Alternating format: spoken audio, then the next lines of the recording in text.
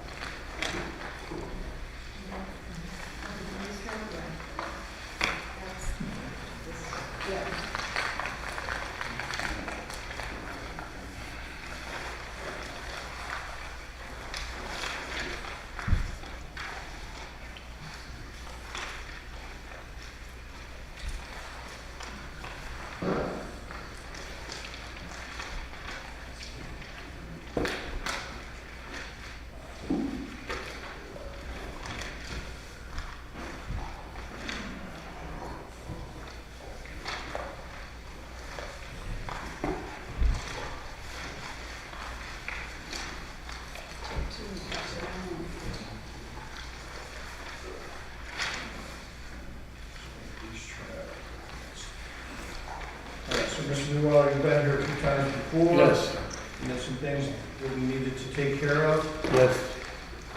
All right. So you submitted a plan for a grease trap.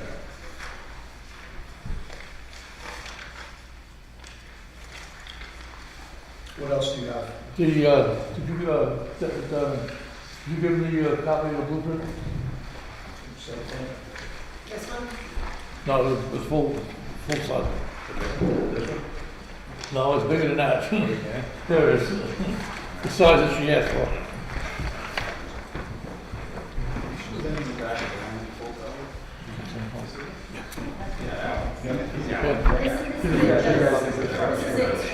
Oh, yeah. That's why it's hard. All right, yeah, sorry.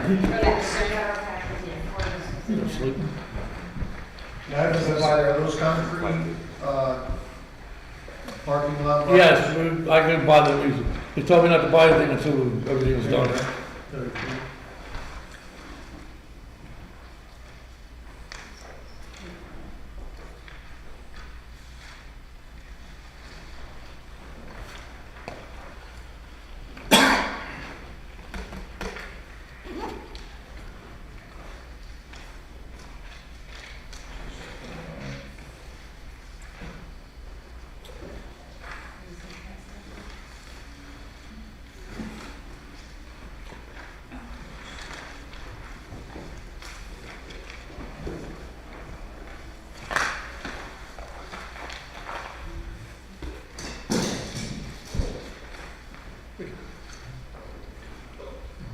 Did you have?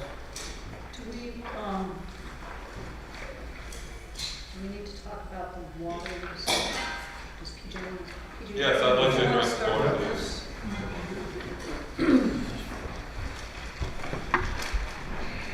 Who gave us this, please? I did. Oh, okay. Maybe next time we can say we can help you with it. Sorry. Philip Cancelleri, Code Enforcement Officer and Acting Director for Glens Falls City Building and Codes. So I've had some email correspondence with the applicant, and I'm assuming that you're Mr. Prince, regarding the grease interceptor. The city engineer, Jeremy Schneibel, had asked our department to review it to make sure it was code compliant, and at this time we have not received anything that we've requested. If you look in your packet at the email chain, I know it's backwards, so it's going to be the 5th or 6th item in there. There is a long list of all the code requirements, and then I distilled it down into plain speak of, is the currently installed interceptor installed per the manufacturer's instructions? What style, make, and model of the interceptor is installed? What sanitary waste discharge lines that this interceptor is installed in, and that any other lines, kitchen sinks, floor drains, at all, in the building have separate interceptor systems, and what performance standards the interceptor adheres to. All these questions are pulled directly from the code and are a code requirement for grease interceptors being discharged to a public sanitation system. At this time, I've received one sketch that I believe you folks have a copy of. We received it on the 23rd of last month. It shows a 2-bay sink with an inline interceptor outside of the, or next to the sink. And then additionally, I received another image that was received on the 5th of this month, which now shows a 3-bay sink with a grease interceptor underneath the sink with, I'm assuming, is some generic advertisement from Beazer, I'm assuming is the company. That's the manufacturer of the there is no indication of which sink is actually applicable here. Is it a 2-bay sink? Is it a 3-bay sink? Where the location of this interceptor actually is, should I now go by that this is that there are 2 sinks in the restaurant? I'm not quite sure. The other issue that we've been having is this question of water consumption. Now, I just recently received an email saying that they did not have access to the property's water usage. That's something they could have foiled or received from the owner of the property. I can't speak as to why they did not have this information. You will notice pages 2, 3, 4, and 2, 3, and 4 are the actual usage of the property. You can see that in 2019 it tailed off and went to 0. The other important thing to note is that at the beginning of this, the billing period from July 1st to October 1st of 2015, there was a usage of 18,000 gallons.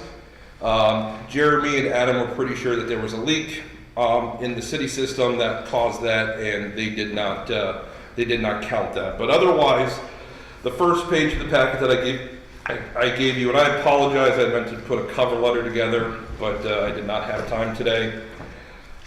Shows that there was a reporting period of January 2nd, 2015 to October 1st of 2018, excluding July 1st to October 1st of 2015 for water usage. That gives us 1,459 days. The city uses cubic feet, which I know for some people that might be a little bit more difficult to conceptually wrap your mind around, so I did the conversion to gallons.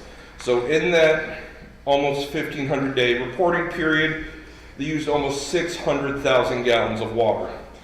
I averaged that out. There was an average of 401 gallons used. Back before Dangos had their slow decline, which you can clearly see in the water usage, at the beginning of the reporting period in 2015, the water usage was much higher. I used the highest reported 3-month rolling cycle to calculate the highest average expected water usage that period, and that puts us at 734 gallons. Now, the other wrinkle to this calculation is that Dangos, as best I can tell, was roughly open on average 12 hours. According to the applicant's application, the requested hours of operation are 7 a.m. to 4 a.m. So that's a 21-hour period. Yeah. So I misspoke. The numbers would be a little bit less. We're looking at a roughly 65 to 70% increase over what Dangos would have been using in their 12-hour period if we're going on a 20-hour period. I did the math for 21 hours. these numbers would be slightly revised. But if we go off that, if we go on the 21 hour, that brings us up to 700 gallons based on the average daily use. And that highest expected daily use, using the number from July to October of 15, would bring us up to 1,200 gallons. Now, obviously, with the 1 hour difference, that would be slightly reduced. I'd say 650 and 1150, but still we're talking about that if this business is successful, we could be looking at 1,100 gallons of water use potentially. And just on average, 600 to 700 gallons. So as of this time, you have what my office has been provided. We do not have actual data for the grease interceptor. And as I'm sure the planning board is well aware, the city has invested millions of dollars in overhauling their sanitary sewer and stormwater separation and overhauling the sanitary sewer on itself.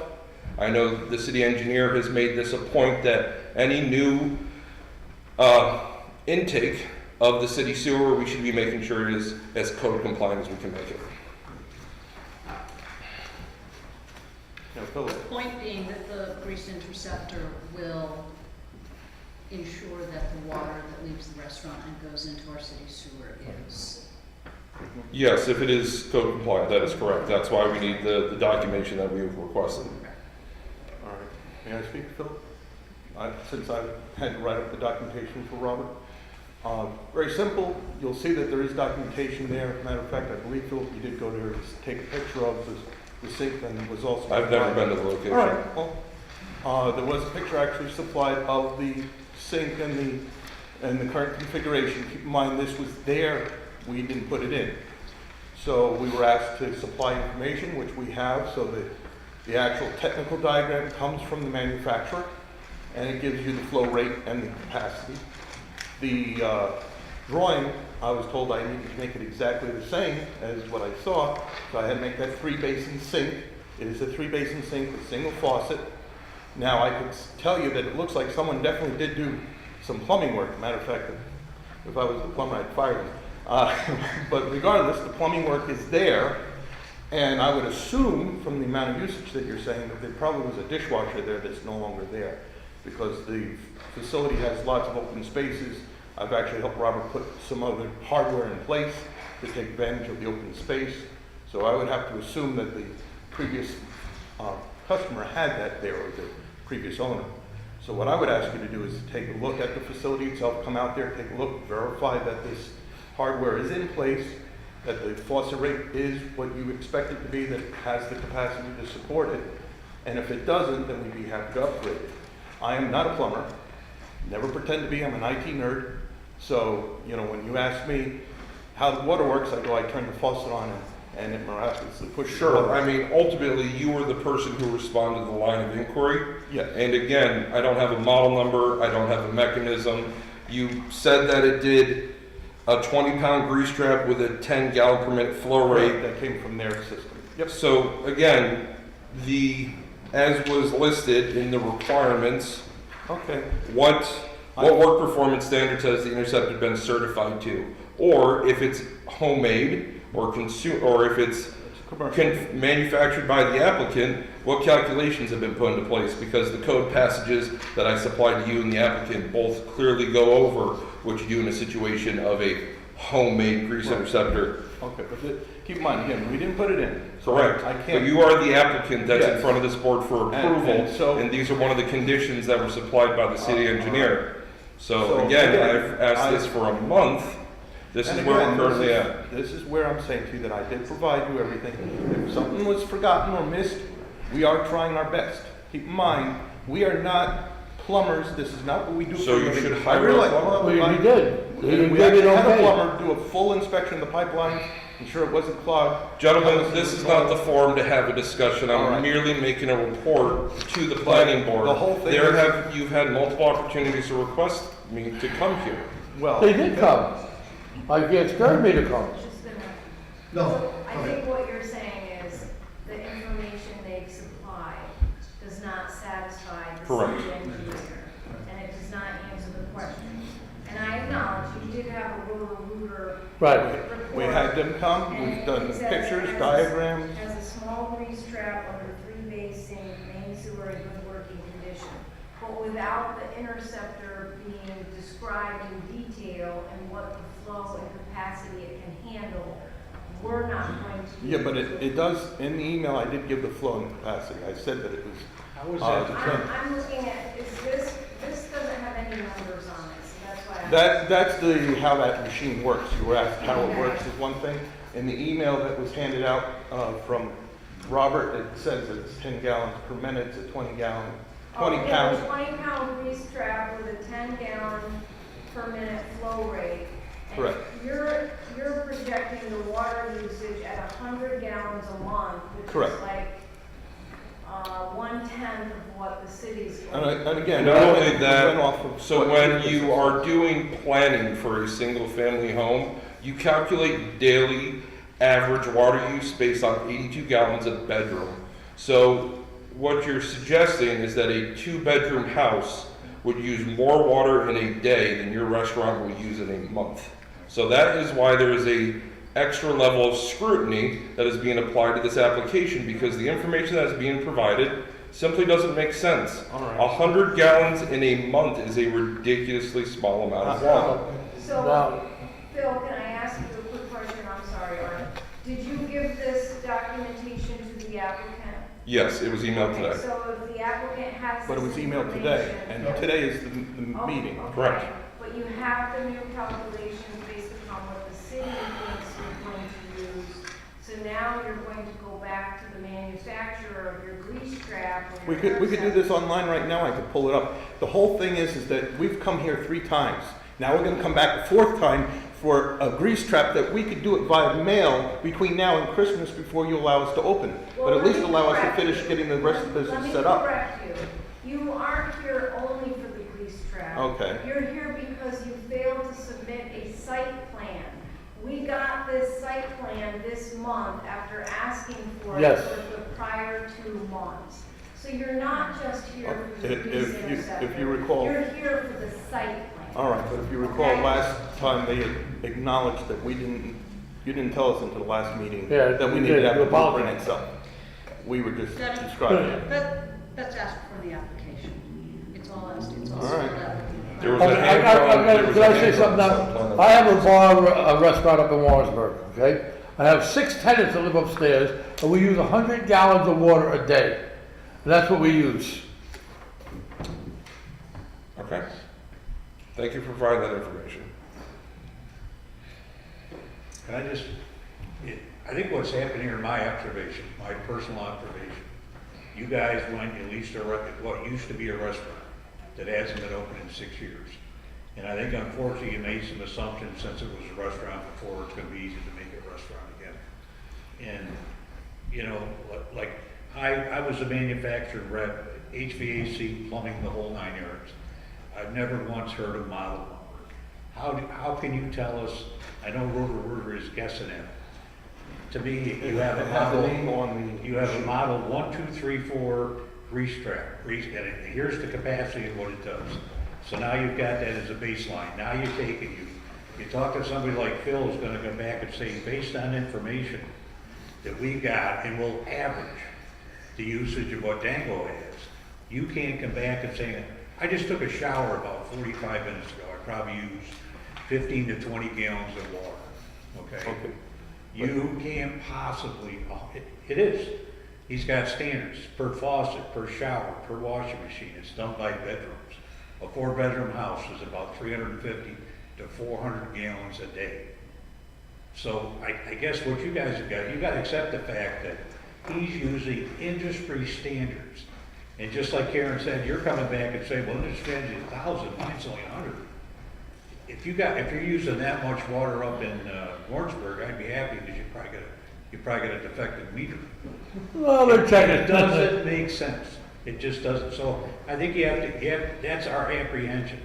This is a grease, you gave me a picture of a 3-bay sink. Right, We've which got we a have. 2-bay sink.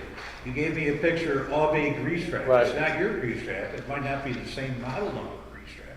It's just a grease trap. This could be the grease trap for the Civic Center. So at some point, you gotta get real specific. Okay, I got an idea. Why don't we do it this way? We let it run, see what happens, see how much water we use, and then we can take it from there. I think you have to accept the fact that we have to tell you how it has to be done. This isn't a guess. What size you suggested? What size? Yeah, grease trap.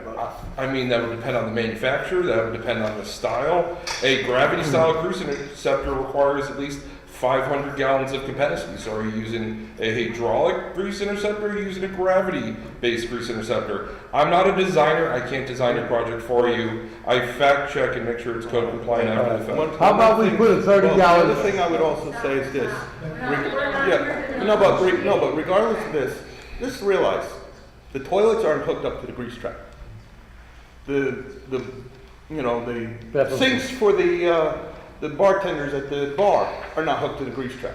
There's only a 3-basin sink in the kitchen connected to the grease Then trap, do that's it. that engineering and present it.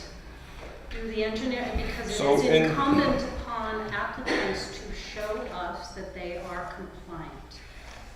So I did some research today, and the EPA estimates that the average restaurant uses 5,800 gallons a day, which I would say there's probably not a restaurant in the city that uses over 2,000 gallons a day. I think you're averaging out the largest cities and the smallest towns and coming up with that number. So that number doesn't hold too much weight to me. The number that does hold weight to me is that when the EPA does their estimations of what percentage of that water is being used, well over 50% of the water that's used in a restaurant is produced due to prep and sanitation in the kitchen. Your slop sink, your dishwasher, your prep sink, a floor drain.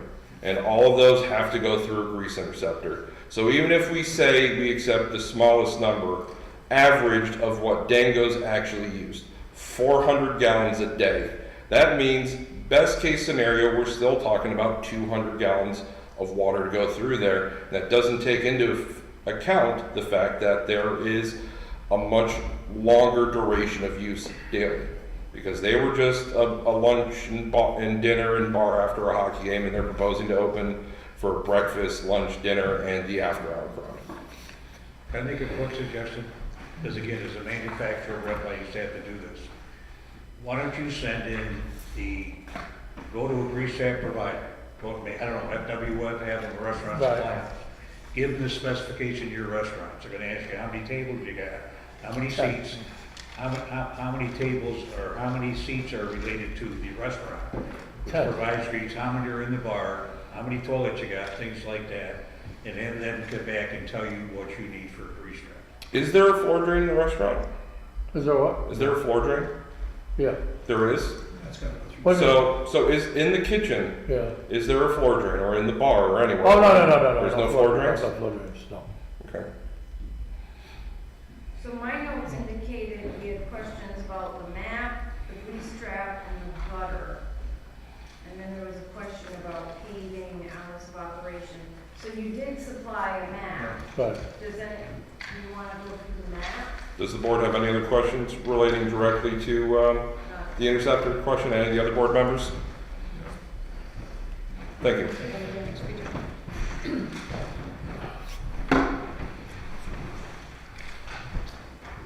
You wanna start? So you gave us the site plan, and we talked about the parking lot. Question, the entrance driveway off of Maple Street, how wide is that? It's 50 feet holding it up. No, off Maple Street, the drive with the curb cut entrance. Yes. 50 feet entrance, open Good. roadway, there's no curb. It's just all, Okay, and then you're showing an 18-foot driveway onto Walnut Street? Yes. Is that correct? I think one of the conversations actually that we had last time was clearly defining the driveways Yep. as a safety precaution for pedestrians on the sidewalks. And we were talking about Walnut Street, but if you're saying that it's a 50-foot. yeah, well, in Walnut, we have the concrete barrier all the way along. So it's No, only allowing the The point exit. but you're telling me that, That side doesn't have anything blocking them other than the fence before the entrance, because that would be the neighbor's yard. and then you have our building. Park there, so they won't be able to drive. Right.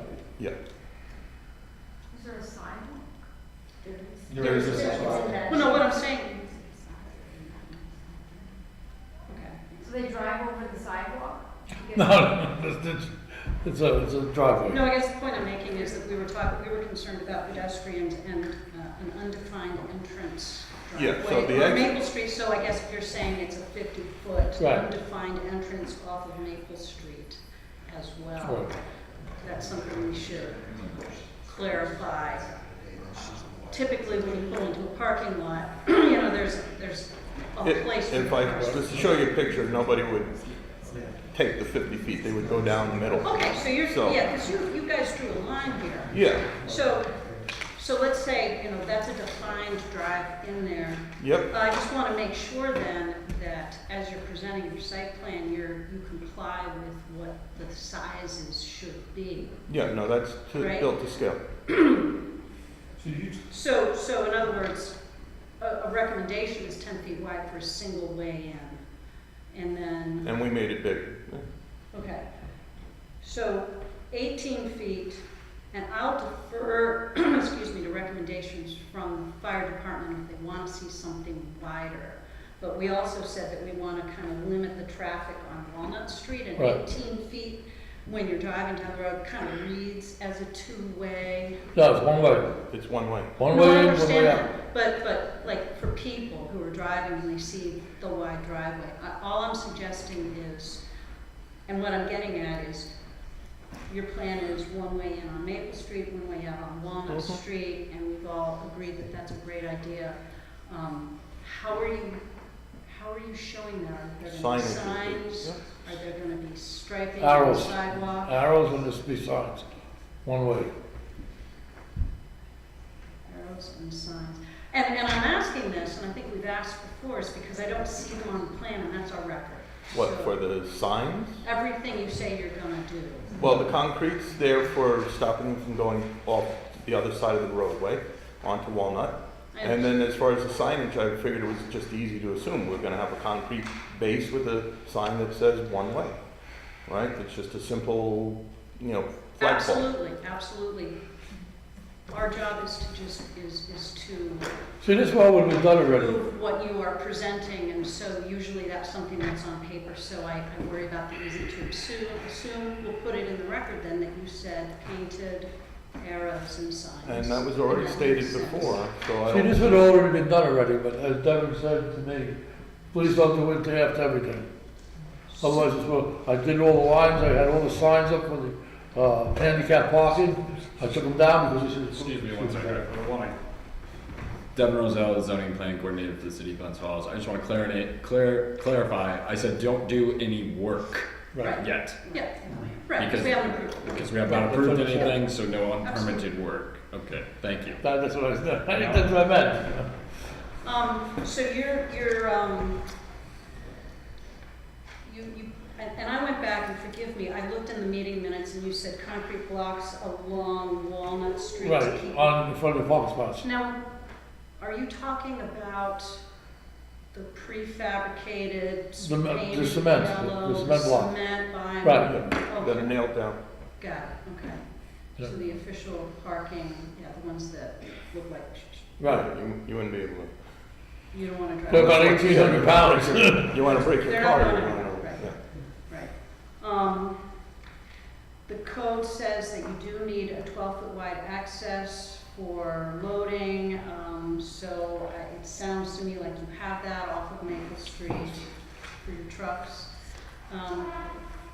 Tell me what your proposed fencing is around the dumpster, and it looks like you've got grease. Yeah, grease, then you dump the grease There's in. a garbage can for the garbage and a garbage can for the grease. The grease can. So what's the fencing around that gonna be? It'll just be your basic fence, just a simple wood fence to keep people from falling in or hitting it. It's not, well, just to cover it, not to, just for cosmetic. Your basic fence. And I guess that's what we're always looking for here, is you tell us what you're proposing. Yeah, So 6 foot, 4 foot, 5 foot wood There's, fence, chain link. yeah, Because it's then it goes, like, it's it's what you a say you're 4 gonna foot, do. the pails are 4 feet wide, 4 feet long. How high is the fence? Not 4 feet. Okay. 4-foot fence with a gate that closes it? Which is asked for in the code. The code says fences need to prevent entry to an area. That's no problem. That's simple. I'm sorry. We can do a gate too. Yeah, like, you know, Stewart's encloses their dumpsters. Right. Yeah, Common farms, they'll do, yeah. We can do that. okay. So 4-foot fence with a gate, what material? Wood, Wooden fence, Yeah. okay.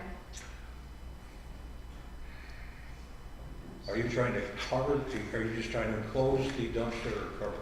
what? Because a commercial dumpster like that's about 5 feet tall. No, 4 feet, but about, maybe 5 feet. Okay. I gotta measure my other one. Yeah. I know it's 4 feet wide, long.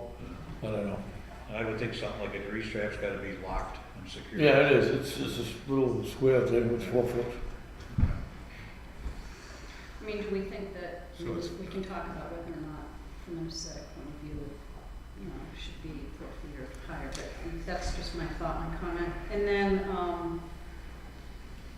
I had a question about whether or not the city engineer had signed off on the stormwater plan. Was that reviewed? Do we need to have that reviewed? We haven't received anything additional for the stormwater since the applicant was last asked. Is there anything outstanding on that? The only thing I think we had was just the gutters on the building, because the parking lot doesn't have anything, doesn't No. have. Right, okay. I don't have any other comments. Mr. Snyder? Like I say, I mean, you provided us a lot of information on the site plan. You know, I guess to me, it just goes back to, one other thing too, that I had in my notes, I know you guys painted the handicap parking spots. Right, Are they in compliance to what? yes. They're gonna be the 8 feet with the 4 feet or whatever, 5 feet on one or the other side. No, I They're think- gonna be what you indicate here. What? It's on that side of the building, yes. Yeah, Which is 9 by 18. 9 Yeah. by 18. because they have to have certain size lanes, they have to have certain size. Yeah, This we- is Right. correct. We That's drew correct. the 9, we just have to cut one parking lot in half, Okay. and you immediately got your, because you could actually have a shared area for them to exit. So you have a full 8-foot or 9-foot piece for them to exit to. The only other question I got, I don't even know, I'm trying to think how to paraphrase it. Just come out with it. All right, how about this? I just heard PJ say that he's never been in the building. How do we, or how do you know that what's inside the building is compliant?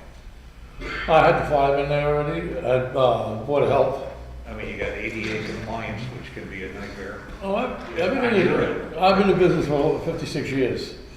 And Yeah. believe me, everything there is right up to level. All the cones, they're not connected, pipes. You've got your 10% of the tables had to be accessible for a wheelchair. Yes. You've got to have, I think it's. Oh, believe me, I know all that All right, already. so you've done all that.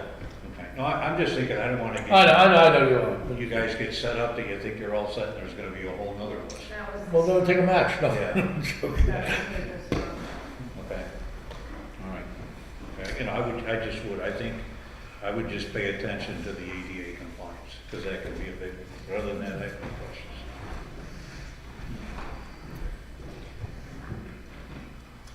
Mr. Carroll? The only thing I would say is fence around the dumpsters, and I mean, 4 feet, it's prevent access, I would say you look at a 6-foot fence. I think Yeah, they are 6 foot. That's the purpose, is to Mhm. prevent access and prevent people from getting there. I think the 4-foot fence is insufficient. Yeah, they are 6 foot, you buy the stockade fence. 6 foot high. Oh, the height, yeah, they are 6 feet high. Okay, you You said said 4 4 feet. foot. Oh, no, the dumpster is 4 feet. Ah, Yeah, so the fence would be 6 feet. Yeah, so you're willing to do a 6-foot fence with a gate Yes. leading around the dumpster and the grease receptacle in the back? Okay, 6 foot. And the only other comment I have is, you made a statement that you come to the planning board once a month. You have 2 city departments involved, and you can get them, put the 30 days into each meeting. That's what we're waiting for, information from. So says that you are sufficient or sends information you are sufficient, you're not gonna have to come back to another meeting. The thing is, we got 2 departments that are available 30 days, so the only day to come here with the information, expect to get it done, that's not the time to get it done. The time to get it done is between the meetings, so the next meeting you come at, we can say, everybody's satisfied, the water department's satisfied, the codes department's satisfied, the water department's satisfied, and let's move on. See, I talked to Jeremy already, and he already gave an okay, because he, with everything that went on, so it was more or less, he said, yeah, he got, Devin had all the papers, and the last time we were here, he already said that, but then all of a sudden this water thing, 300-gallon water thing, which is ridiculous. You know, it's like $10,000, you gotta dig it in the ground, so you gotta tear up the whole basement floor. Like I said, work with this county, the city. Oh, I can work with anybody, you know, that's what I said before, you know, why don't we just see how everything goes with That's not how. the grease trap we got, Yeah. No. and see what happens. And if it worst comes to worst, you can always take it out and put a new one Yeah, in. but the thing is, once you have approval, we're giving you approval to stay open and stay running.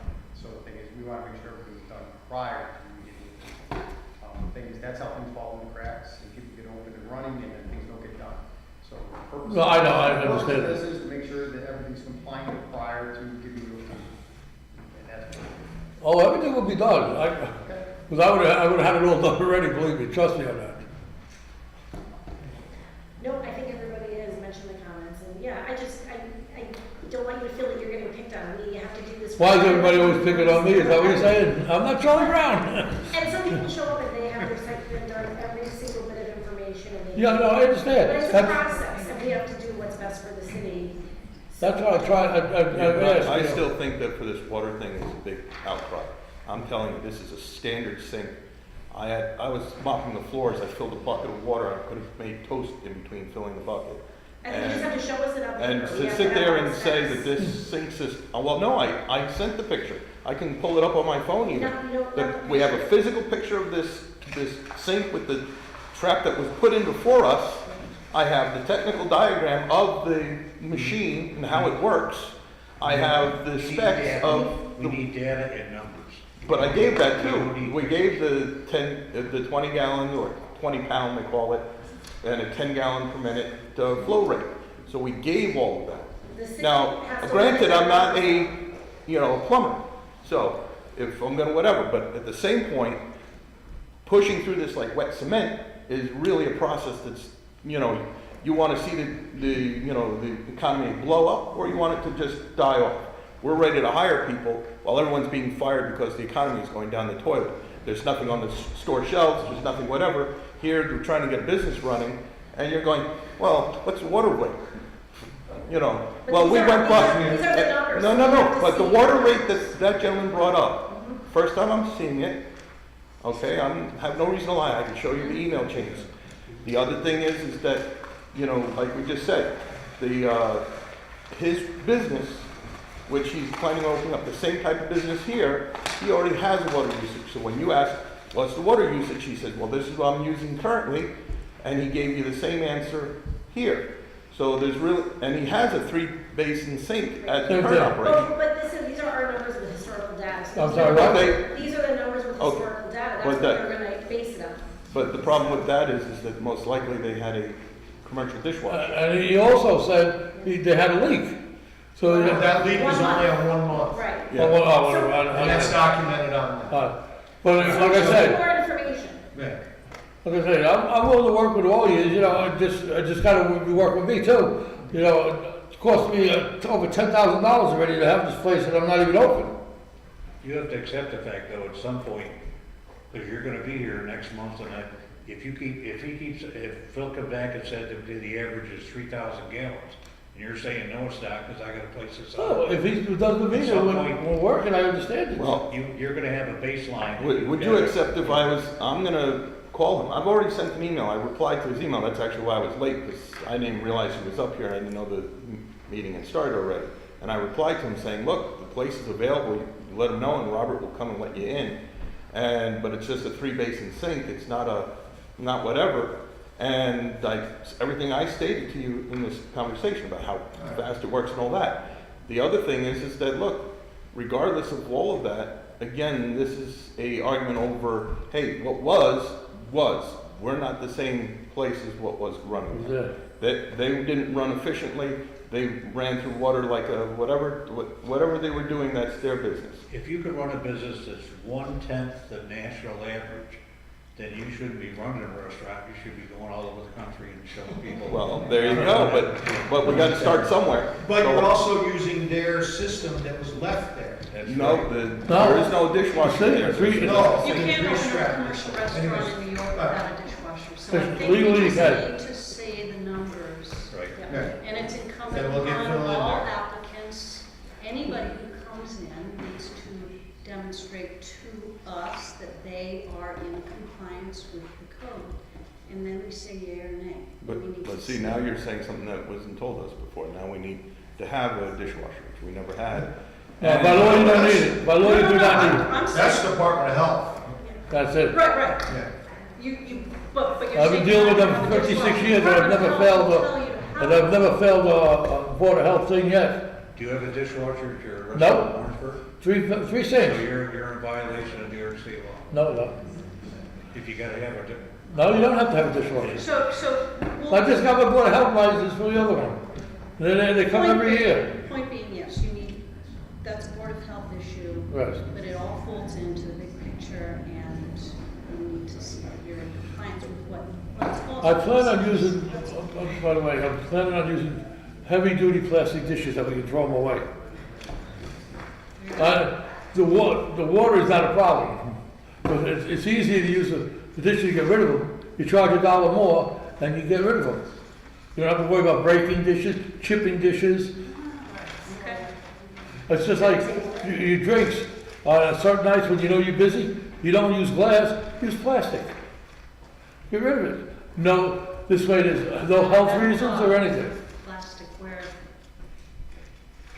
Okay. in the previous, okay, sorry. Okay, so I'm just looking at your drawing. So I agree with this 6-foot fence around your. Oh, yes, I agree with that too. Right. On that same line, is there gonna be parking next to the trash cans? On the other, a little further down, see a certain, Are there gonna be parking here? yeah, there's no problem. Right, the dumpster's gonna go over here somewhere, and it'll be over here, get up to the fence. All right. So that's what I'm referring to this drawing. It doesn't show the parking. on Yeah, that it doesn't fence. show the parking. But there's gonna be parking right there. Yes. Oh, you put the lines in? Hey, Go over Ned, there. There's no need for it, because we're not, we said originally, we don't know how much business we're gonna do. There's no reason to draw Right. lines where they're, most likely, no one's gonna park along the fence line. They're gonna park towards the center of the property, and it'll be more convenient for them. We also just felt that. if- Like I said, we have 30, there's 30 spots already, I think, 8, 16, yeah, there's 30 spots altogether now. And if I don't have to use the fence, I'm not gonna use it, but, That spot here on the end, is there a way, can people drive through there? I don't know, let's see what we can do. Yeah, down by the White House at the back. No, I've talked to the lady that. No, I know, but there's a fence, there's her driveway. Yeah. She talks over here. Right. But this, at the end of these things, is there space, there's no fence or anything? No, all these here, they're out of I know. house. I count 25 spaces. Well, 5, 8, 16, 24. There's 24, 3 rows, 24. it speaks to the accuracy of what you're presenting to us, because again, that's all we can depend upon for what we're approving. Now, zoning code talks about required number of spaces. 1, 2, 3, 4, 5, 6, 7. No, that's representative of what we have. Yeah, 8 is 8, and 8. It's the 3. 3, 4, 5, 6, 7, 14 here. 16, 17, 18, 1, 2, 3, 4, 5. 23, 24, 7. 25, unless you're saying there's one at the end. 4, there's 4. All right, so there's 21 there, and there's 4 over the other side. For the handicap.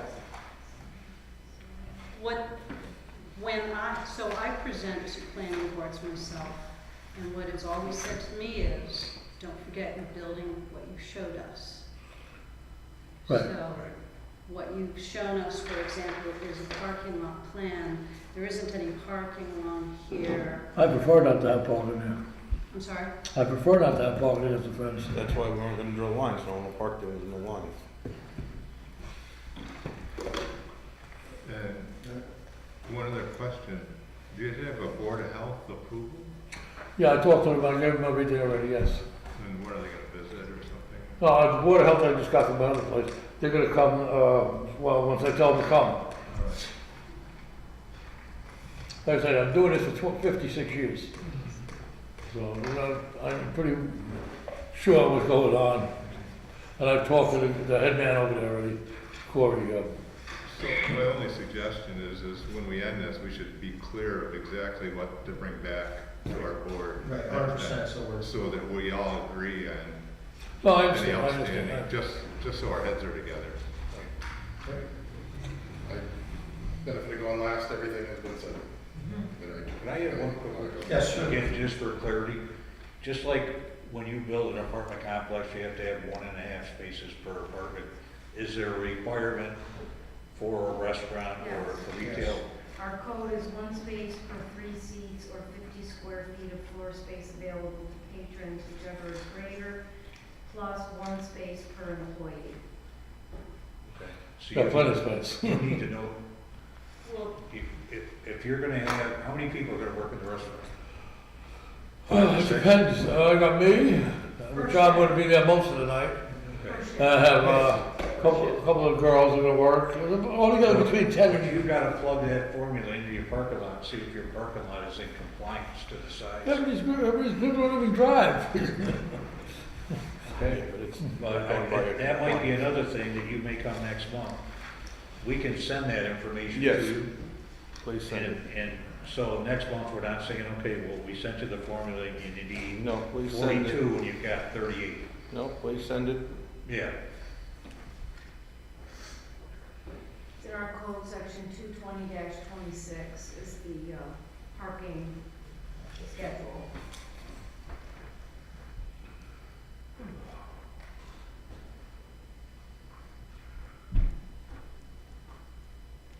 I mean, you may find it might be conducive to have not have your employees park in your parking lot. You know, things like that, that'll help you to meet those requirements. I'll just hire girls that don't have driver's license. And believe me, I can do it. And you know that, you know, if your parking lot is full, people are gonna park along the fence. Not that it's a bad thing, but, you know, you may need that fence diagonal to meet the requirement. It doesn't come up with the formula that That's you right, just don't gave. say It that's just gonna be- gives you hours of parking, Yeah. that 220/26. I don't think we should do the work of running, you know. No, I'm just saying that you filling just gave us this applications code, here. and I just looked it up, and it's not. But you can look it up online. I just did. I'm looking You just at did. That's why I'm saying that it's an inaccurate code. 220 dash, 220-26 is our parking code. You wanna look? Can you read that as hours of operation? Yeah, it's doing the hours, 2 hours limited parking. It says restaurant and tavern. for the city of Glens Falls. We're being that Yep. section. So, Okay. are we gonna list, are we gonna get from the house to put that in the table?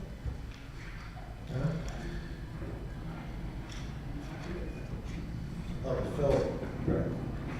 But we got the compliant parking plan, grease trap, model capacity, fence around the dumpsters and parking signs, and other than that. But that's a compliant parking plan. So, Yeah. So we make a motion. Do you want me to make a motion? yeah, these are, you got, what? Can you read that? Sure, maybe. I'd like to make a motion that the Glens Falls Planning Board make a motion to table the site plan review application of Robert Lewiller.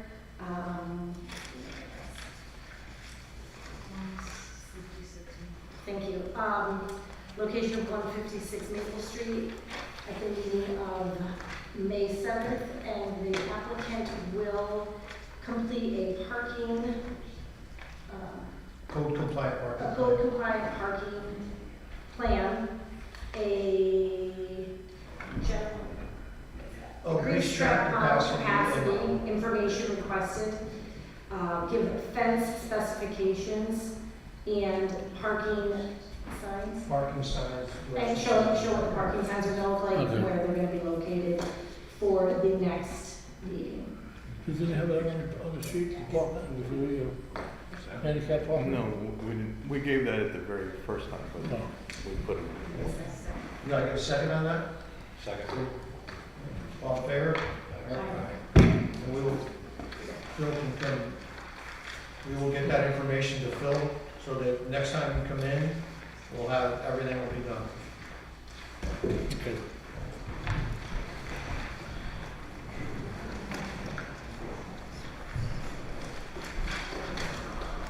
Also, I just want to clarify because I wrote it down as well. Okay. Grease trap specifications. Proof of Capacity a and amount. a compliant parking plan. Rest. Yes, 6-foot fence with a gate around the dumpster. correct. And directional signs to enter and exit. Right. But what is it they have to give you specifically on that grease thing? A model number? Well, did anyone? That's, Yeah, I didn't do that. yep, that's Bill, that's not Right. And I should have done this before. Did anyone have any public comments they wanted to make on that application?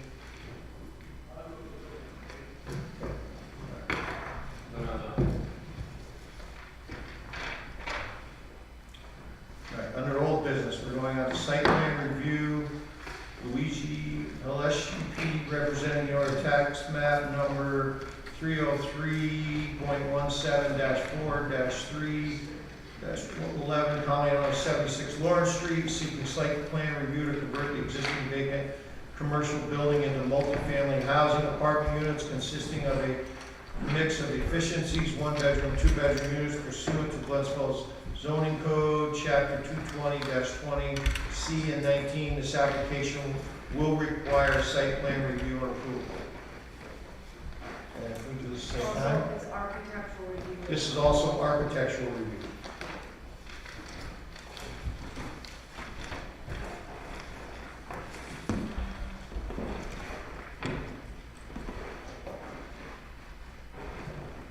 Okay, good evening, everybody. My name is Dave Kimmer from ABD Engineers. Luigi couldn't make it tonight, but I've worked on this project as well. So I know we were here at the last meeting. Things haven't really changed much since the last meeting site plan wise. I think most of the focus was on the architectural part of the building. We are showing now on the plan to get rid of this covered walkway. But other than that, the plans are no different. You know, I can answer any questions you have about the plans if you do have questions. But if you'd like to move on to the architectural part of the review, I'm here with architect Dan Sanders as well. So we did have some comments here from the fire department. Okay. To go along with that, about access to the site.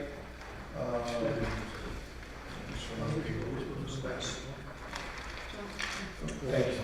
As far as access, this project having 30 units, 2 fire department access lanes are required, following Fire Code D107.1. The access off Cooper Street is acceptable, but the entrance off Lawrence Street needs to be widened to 20 feet for department access. The departments are fully protected with an automatic sprinkler. This will not be required. However, I would urge the applicant to widen the entrance to 20 feet should there be an emergency needing fire department apparatus. Fire Prevention Lieutenant Aaron Wolf, City of Glens Falls.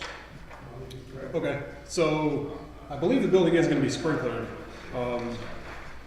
And I'm assuming he's talking about this entrance here, which is a one-way out. That is 15 feet wide. This one here is 18 feet wide. We could consider widening them, but it sounds like it's not required because the building will be sprinklered. I'm just wondering about, it's a big site and, you guys aren't applying for anything else right now, but it would seem to be that farther down the road, this is gonna get developed. You've got a lot of empty space on that site and that they're gonna need access down the road, so it might be something to consider. Right, I think really the access over here, these two curb cuts really only serve this small parking lot. You can't, there is kind of a tight turn Yeah? to get around here, so you can get there, but I don't think a fire truck, I don't think there's really anything we can do about that to get a fire truck to be able to make that turn. If they're gonna be coming into this side of the site, they're gonna be coming off of Leonard Street. It's Or, about building access alongside the building, I think is what he's probably referring to. Yes.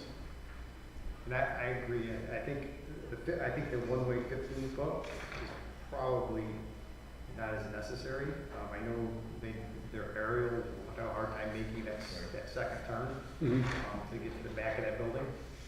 So if you had any problems with one of your roof units or anything like that, the only access that they're gonna have really to access the roof and that on the southern half of that building is gonna be from that side.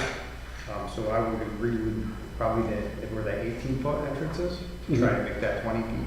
Just makes it more applicable for them to get it. It's 2 feet we're talking, and I don't think it would be too much. And I agree. I think it would be give them far better access, especially if they're dealing with their aerial truck.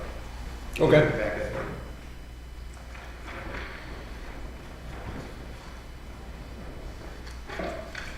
Yep, and more you want to tell us? No. Nita? I don't have any other site plan comments. We'll have a presentation on that. Mr. Landry, anybody?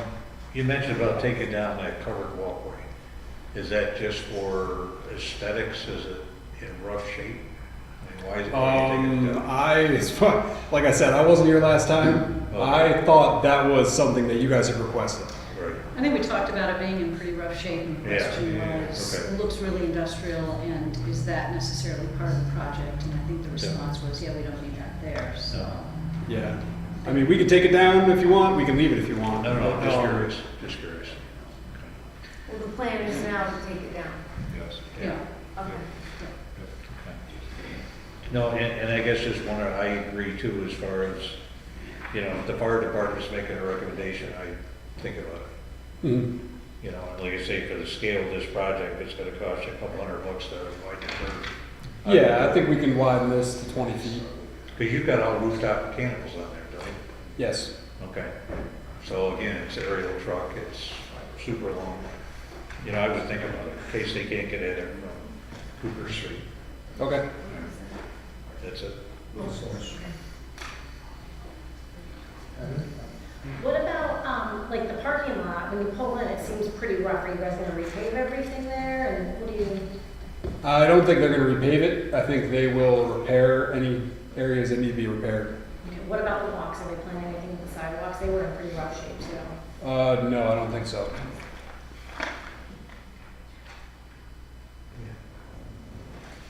I don't know, if the project that big, What's that? if the project that big, Right. you might wanna redo the walks around. Yeah, I mean, ultimately, I think they want their project to look nice. Yeah.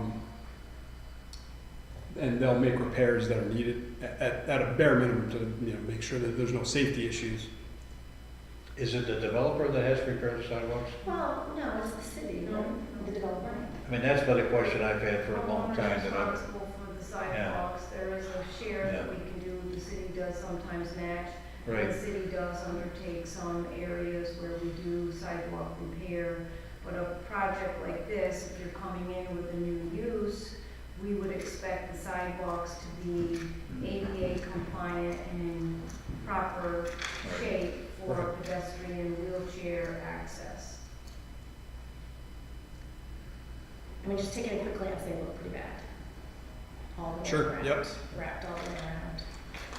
I would think that they need to be replaced and, ADA compliant. Yeah, like at a minimum, they're gonna make sure there's no tripping hazards. but that's not ADA compliant necessarily. Oh, no, ADA compliant would be 5 foot, well, actually, I think it's really only 3 foot width. with 5 foot turning, you know, radius area, and as far as I know, everything is ADA compliant in that respect. But is this gonna be a thing, almost like do we have to give them the requirements or specifications to meet? We do not, that's Okay. not the planning board's job. Okay. It's on the applicant to know what the requirements Oh, are. and we know what They they know, are. We know. right? Yeah. Don't need to speak for them. Yeah.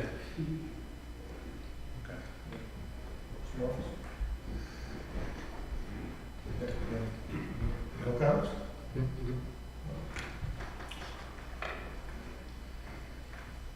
I think we're all set for site plan.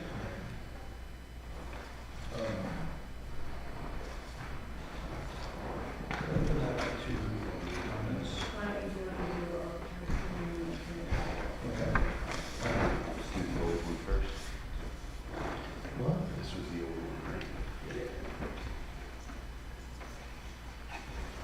Yeah. Good evening. Danny Sanders, Harris Sanders Architects. This was our last presentation, and the comments ranged in terms of the color for the second floor addition, the window style, matching the grids of the first floor, brick existing building, and just I'd like to keep this as something that you're engaged in as well. I don't present anything that says this is the only way we want to do it. We want everyone to, buy in to hopefully a very exciting project for Glens Falls. So I just wanted to introduce with that. We did present another rendering where we were complementing the brick we felt by matching the stone that's already on the building with the second floor color. I just put this aside, and then we'll talk about then what your preference was, and we would like to review the specifics of is matching. Now, I know this is a rendering from a computer, but with Hardy Panel, which is what we're proposing, whatever the scale is, I was very fortunate to be able to take a tour of the Hardy plant in Illinois, and they can match any color you want. So we didn't have a sample of that to bring with us tonight. So, but I'm not sure, we haven't worked in Glens Falls in a while since we did Cooper Street's building down the street, but if there's a time where we can just specifically say that the staff would finalize the color, but that's the approach we do want to take, is to match on the second floor. The two options that we're looking at, Hardy comes in panel and also comes in siding blanks, which could be scaled to 7-inch dimension, but they also come in 4x10 panels. This rendering shows a 2x5 panel. So in order to keep it sort of an efficient module, that we're cutting down from a 4x10 sheet to 2x5 sheets, and with the joints to express that. If the board would like something that's smaller scale with a 7-inch, more of a residential siding, although you do see it on McDonald's, honestly, and some other small commercial buildings, dimensionally, the owner would be fine with that. The key thing is that the color, I brought a brick sample that was fairly close to what's there. I also have pictures, but it turns out that the brick has some browns in them. It's not all a red brick. So dominant color is the red brick, but I was just there tonight on a nice sunny night, so if you want to just pass that around, you'll see the specific mix. But we did not want to go with a thin brick addition on here because it would not match. So the dominant color we would pick, and with the board's approval or with staff approval, go with as close as possible to the match of the first floor. The windows we did modify those to have the white surrounds and trim, and the mullion design to be similar to the 8/8 mullion design on the first floor. Is that at all the windows? I'm sorry? Is that at all the? All the windows, double all the hung second windows? floor double hung windows, which are in line with the first floors. Yes, So they'll match the first floor windows? correct. Again, the rendering doesn't, they will be the same white trim. Again, if it's the exact window company, we're not sure, but we'll get as close as possible. It's a standard. They're gonna window. punch window, they're not gonna have that little arch No. window, right? Right.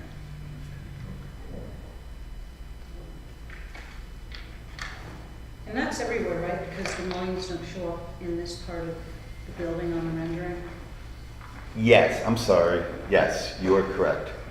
If that's preferred, again, this is these are the punched windows in the existing building. Oh, those are existing windows? No, this is existing wall, punched windows in the existing first floor right here. That's where we're adding the mezzanine apartments. Right. So these are punched holes. So I'm not a huge fan of all those mutton bars looking out. It's very busy. But if that's what the board would like, we could put those on the new windows on the warehouse section as well.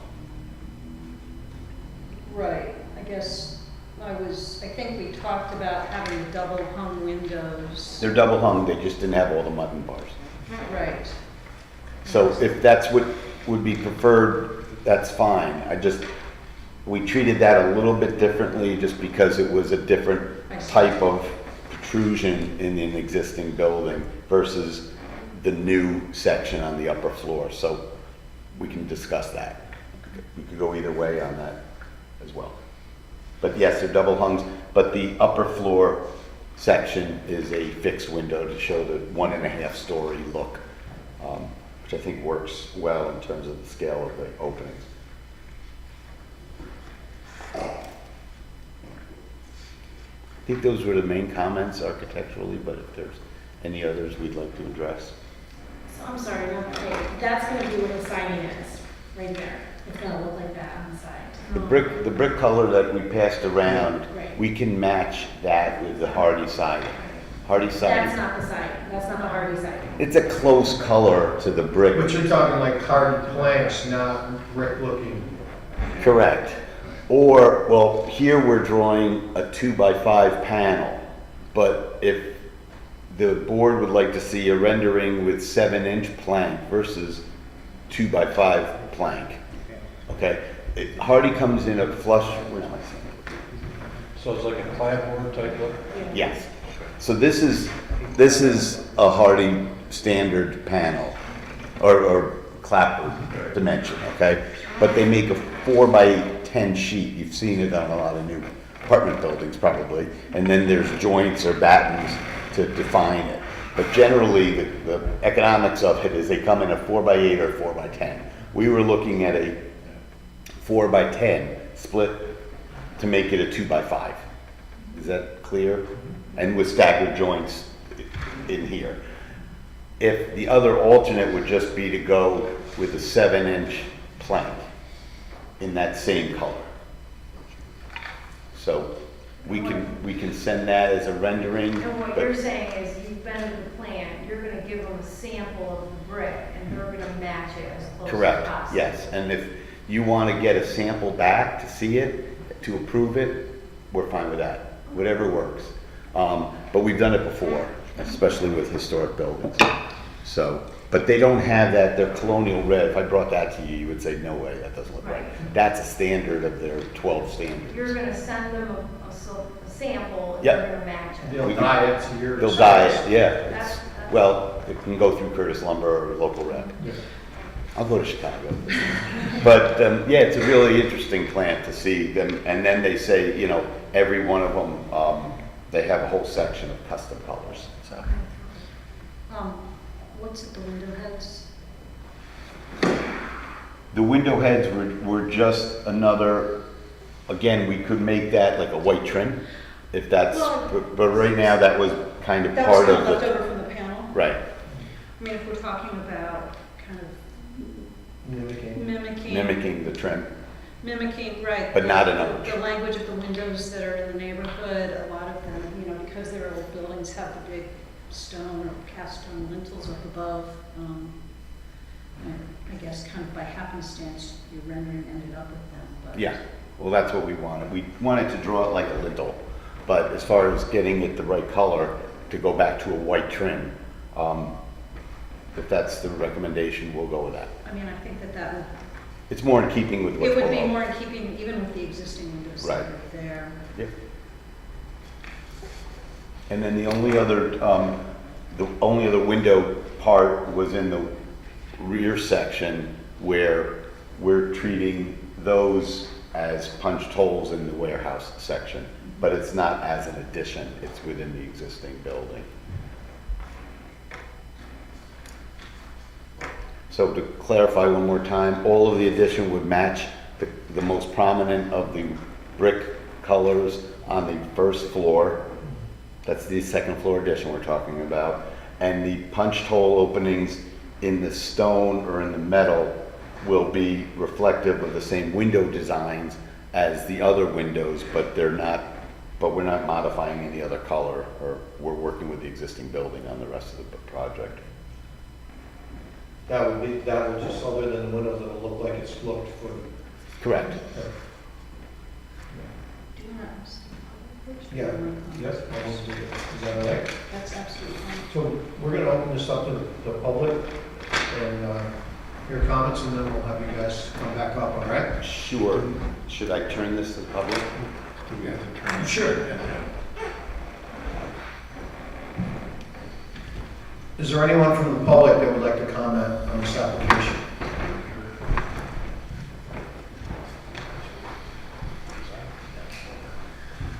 This is the first time we've kind of seen Yeah. it with the Yeah. color, because the submission for the planning board there was kind of a beige color. So, one thought that occurred to me after the last meeting, and this is what Elizabeth Miller did with the Park and Elm building, because I guess when I had talked to her, she had added on some brick addition there, new addition. And what she had wound up doing, because there was a discussion of matching the brick colors, the old brick color and the new brick color, was to, she just kind of, used a brick stain, did the entire building. So it looks pretty handsome, it's pretty uniform, I mean, it looks really nice. And, I realize the brick on the lower part here is, it's modeled, it's not a uniform color. I'm just throwing this out there just to consider, to get the match better, is maybe you deliberately stain that bottom half and then match the color of the top half to that color. So then you've got an exact match, then it doesn't kind of look as, you know what I'm saying? Because no matter what you do on the top, it's gonna not look exactly like the bottom because of the modeling of the color. So you maybe just say, hey, I'm gonna do that. What's that? That's a lot of work to make sure the stain takes the correct. Well, you can ask what she used over there. I'm calling it a stain. It might not be a stain, but it's it looks good. It's, you know what I'm saying. It does. So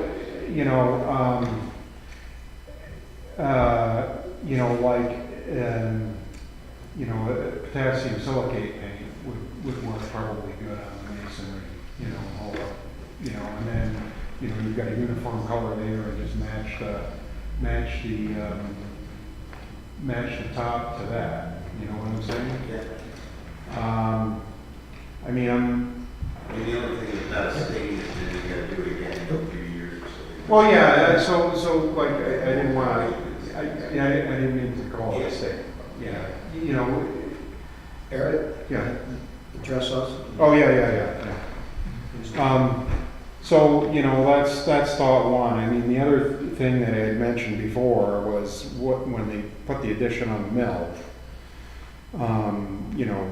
obviously they didn't carry the masonry all the way up through the whole thing, because that would have been cost prohibitive. But what they did was they, on the corners, they brought the masonry up that helped tie the old and new together.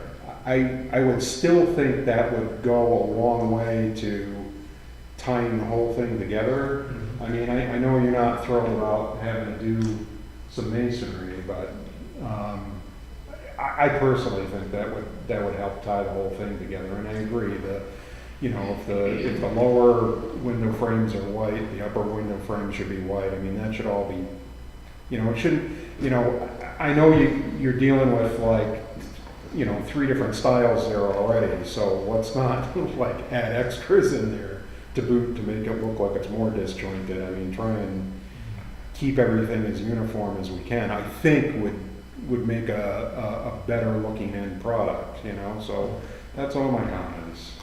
I mean, this alone looks a lot better than the tin on the top did last time, in my opinion, but I mean, we're like almost there. But again, I'm not the one that's the architectural review, it's all you people sitting there. You know, ultimately, it's your decision as to what is and isn't, you know, a good enough match, so. That's it. Thank you. Is there anyone else that would like to speak?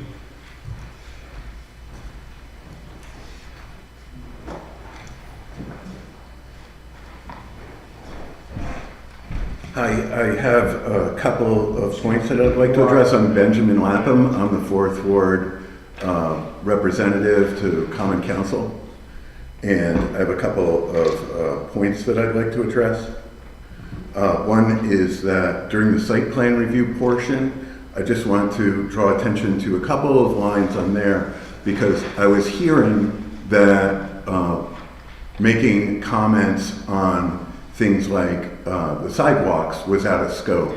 But actually in section 220.27 site plan review and approval, the purpose and intent section says that the extensive prior development, mixed use character and limited area of the city of Glens Falls necessitates careful review of new uses and development to mitigate the impact on neighboring properties, traffic, and the general welfare of the city and its citizens. The purpose and intent of the site plan review and approval is to accomplish that review to the extent necessary to protect the general interests of Glens Falls. I would say also that the city has a complete streets policy, and part of that policy is that we're empowering the site plan review to look at the public right-of-way in Glens Falls, make those improvements, and make those suggestions or requirements during site plan review. Secondly, I just wanted to address the board because I've been hearing in Building and Codes meeting that on one hand, we're hearing that a lot of the codes that we're working from for planning board are out of date or need to be adjusted or are very difficult to kind of enforce. So there was a discussion about having a architectural design. Is this pertaining to this application? Well, it is design review right now, so it is pertinent as far as I can tell that we're doing design review here, and I am asking if the planning board is looking for that kind of guidance. Can I ask a question? Sure. Are you ready for comment? Yes. We are highly scrutinized here on the planning board, and a lot of it is because there's people that think that we make more personal or unguided decisions. Is that your question? No, I'm making a statement, and I'd like to finish it, please, okay? We basically are a compliance board. I'm new to the board. I'm not. I don't think this is the time for No, this right no, now. I'm questioning. There's still no question. It doesn't pertain to this specific project right here. We don't need to be educated on how to do our job, but you do bring up a good point that some of the guidelines of some of the codes and some of the regulations that we have to make sure are complied with might need to be changed. They might need to be reviewed. They might need to be altered. But that isn't really pertinent to what we're doing right now. We have to work with what we're working with right now. Okay, You're still waiting talking for about questions. Someday, we're talking about right now. So we have to stay in the present. I'm still waiting for a question. Okay. This isn't pertinent. Now, this isn't pertinent to this is applicant a right here. This is for another This is time. for the Yeah. common council to talk Yeah. about if we're gonna change the code, but this has nothing to do with this applicant's. This is You're their- I'm asking because this is public comment for, About this for application. architectural review. For this project. For this project. And is there anything that you feel that you need to have equipped to be able to do architectural review? Because I have been hearing stuff to that That's is a general saying, question, that has nothing to do with You're this at the wrong application. venue. I'm at an architectural review right now, that's my Yeah, question. for this project, and if you don't have any questions for it, we'll come to the city council, Okay, and we'll come and speak to you about it. okay, because I was told to come to this by the planning board attorney, to come to the planning board meeting to ask my question. So I did. Thank you. That's not what was said, but okay, Mr. Lapham. That's close. You got your statement in. Good for you. Okay. All right, sorry, folks, that wasn't part of this meeting. Gentlemen, you come back up, please.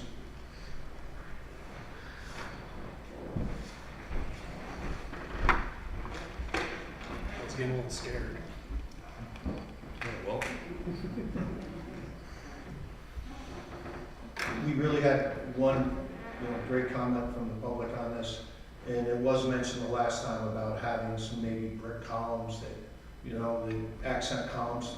I think you've done a great job coming back to us with the hardy board option and stuff and having it match that, but the public's comment with the columns and stuff could work. I want to hear everybody else's comments before I go any further. Yes, Nina, please, by all means. So, I apologize, I don't remember from the last meeting. It's all rooftop units?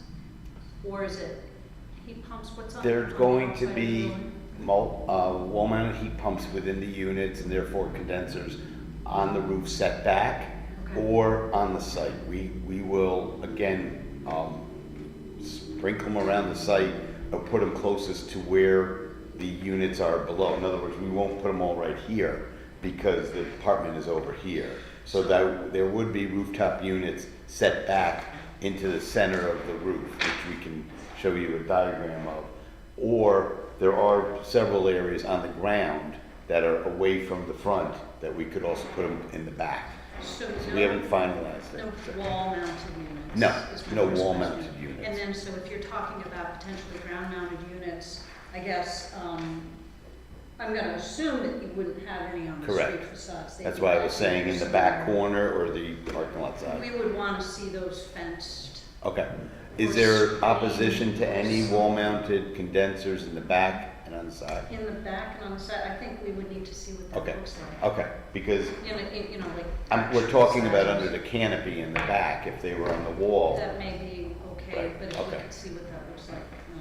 Again, if that's something we need to come back I was gonna say, during you the don't know construction. yet whether it's- No. Okay. We don't go too far until we get approvals, so it's a risk. Right, But the idea is that we have talked about, them being on the, set back on the roof right. for a proportion of them, but mainly is meant as close to the unit as possible, so the lines aren't going too far. And I get that you obviously haven't engineered your mechanical systems yet, but Right. it is sort of part of architectural review to understand what one would see from the ground, so. Understood, I mean, we're especially not if you talking start. about, we're talking about RTUs, we're not talking about cooling towers, right? Correct. And setback, but there isn't a parapet on this? No. Okay. So you would see those up there. If I mean, you can centrally Correct. locate them as Right. much I as mean, we wanted to possible. mitigate the height of the building, we could put a 4-foot parapet all the way around, but I don't think that helps anything, really. Are they individual units or common compressors or? We found that individual units have worked better, truthfully, than common, because of separate tenants using the same compressor has not worked out in multifamily And those projects. tend to be small.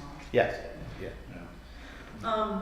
And then we talked about the windows. I mean, I think my preference is that all of the double hung windows are consistent. Okay. That is my preference. So with the mutton bars. And that those windows mimic what we're seeing in the other brick buildings, the two main brick buildings that we're, Okay.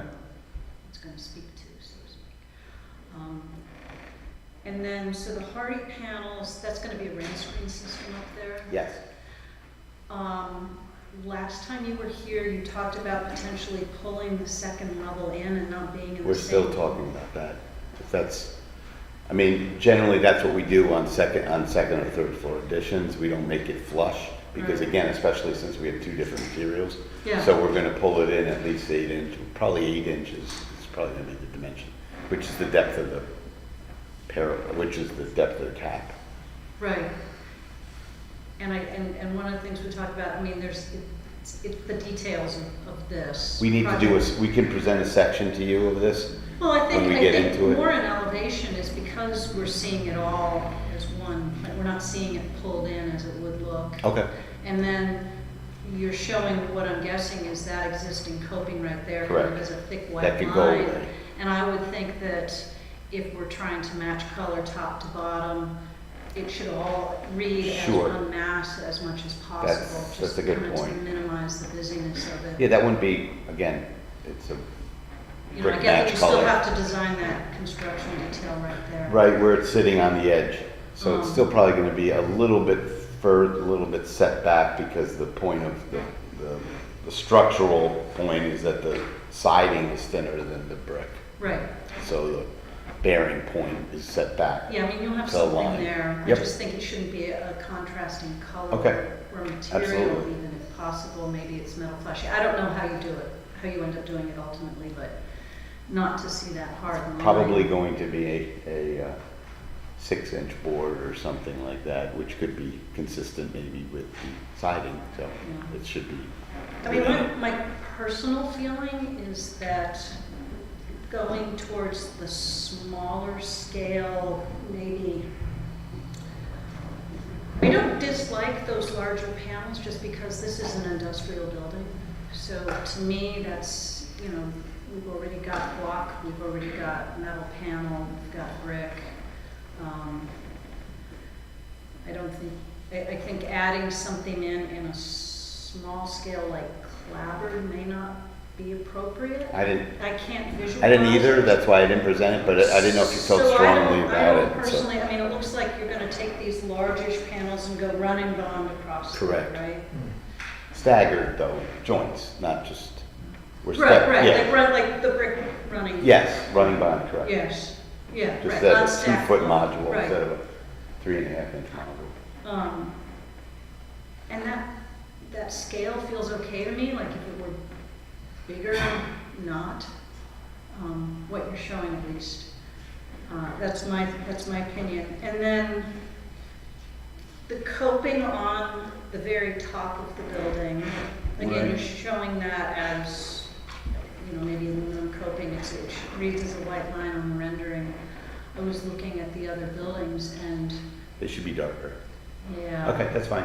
And Again, that's a detail and not Not black, but super just, thin right. either, because there's kind of a presence to the coping on the other buildings, and again, it's well, we not could the do an same 8 and a material. 4, like an 8-inch and then a 4-inch piece underneath that to give it a Something little get- profile. Yeah, I mean, Okay, not full on a cornice, but Right. some direct, right, exactly, it's a nod to what the other buildings have going on. Sure. Maybe it's a bronze color or something like that to be determined. okay, And I think that would go a long that's way. absolutely fine. Um, I mean, that's only on the addition, we're not gonna modify Right. the existing Yeah. parts of the building. Yeah, I mean, Okay, yes. I had comments from before, some of which maybe don't apply. I had a site plan comment about the impact of increased water, wastewater usage. That's not appropriate for here, that's site plan review. told them not to call me, no, I'm sorry. Time's up. Okay, thank you. Did everyone see the brick? Okay. Thank you. Do we need information still on site lighting, post-site lighting? Have we gotten that? I think Luigi brought that up at the last meeting on the heights of the poles, didn't he mention that? Oh, that's right, okay. So everything's gonna be full cut off. Apologies. 12-foot high pole? They're 18 feet high. 18. Total, which is, I think, as high as we can go. Yeah. There'll be down type lighting. I think someone from the public made a comment about that at the last meeting, right? That's what Luigi told me. Okay. But yeah, there'll be, it's a modern LED down type fixture. Shouldn't, have any off-site glare at all. We talked about HVAC, existing coping block.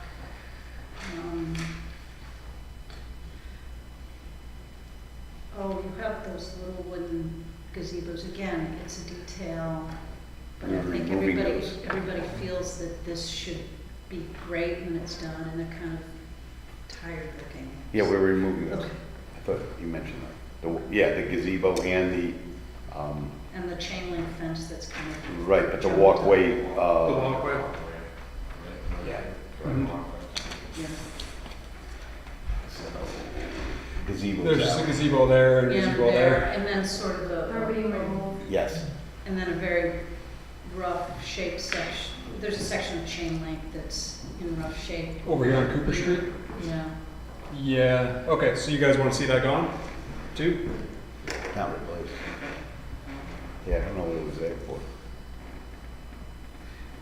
Either replace it with something that looks nice. Yeah. If, I mean, I don't if we think we need need a it. fence No. there, No, we otherwise it don't. just doesn't look nice. It won't look We don't nice need in it. your final projects. I don't have any other comments right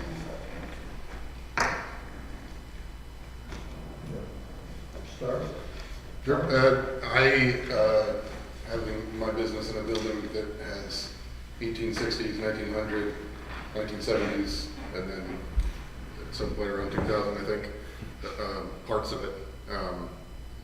I either go hard for it is pinpoint accurate in continuation, or you lean into the history book that's before you, and with some taste, and that's I appreciate the kind of stone block look or call to on the second floor, being in line with something masonry-esque, and but it's its own thing, but it's not too far.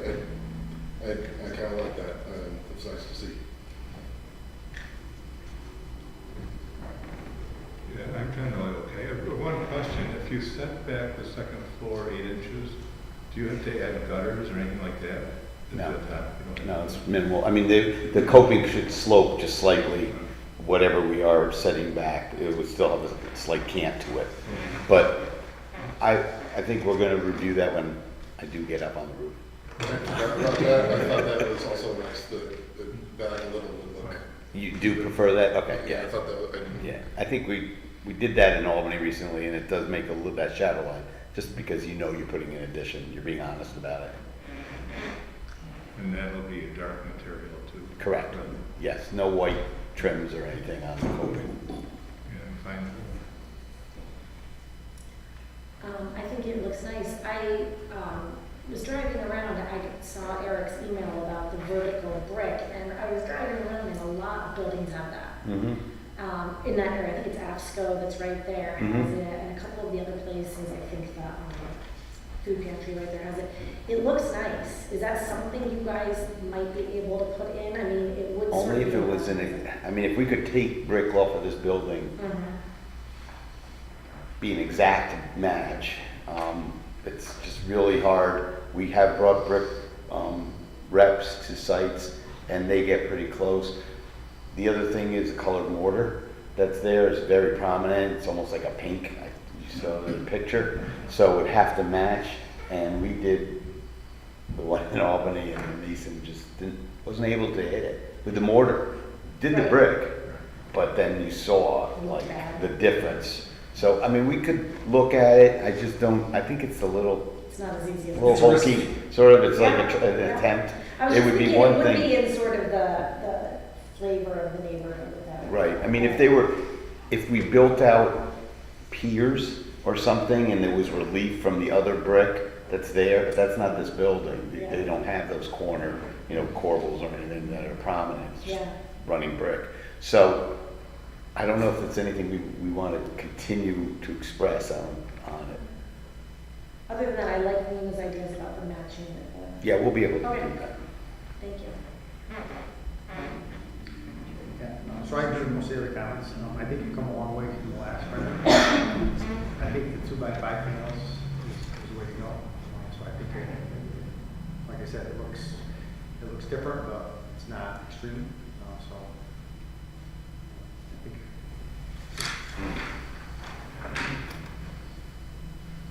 So Andrew?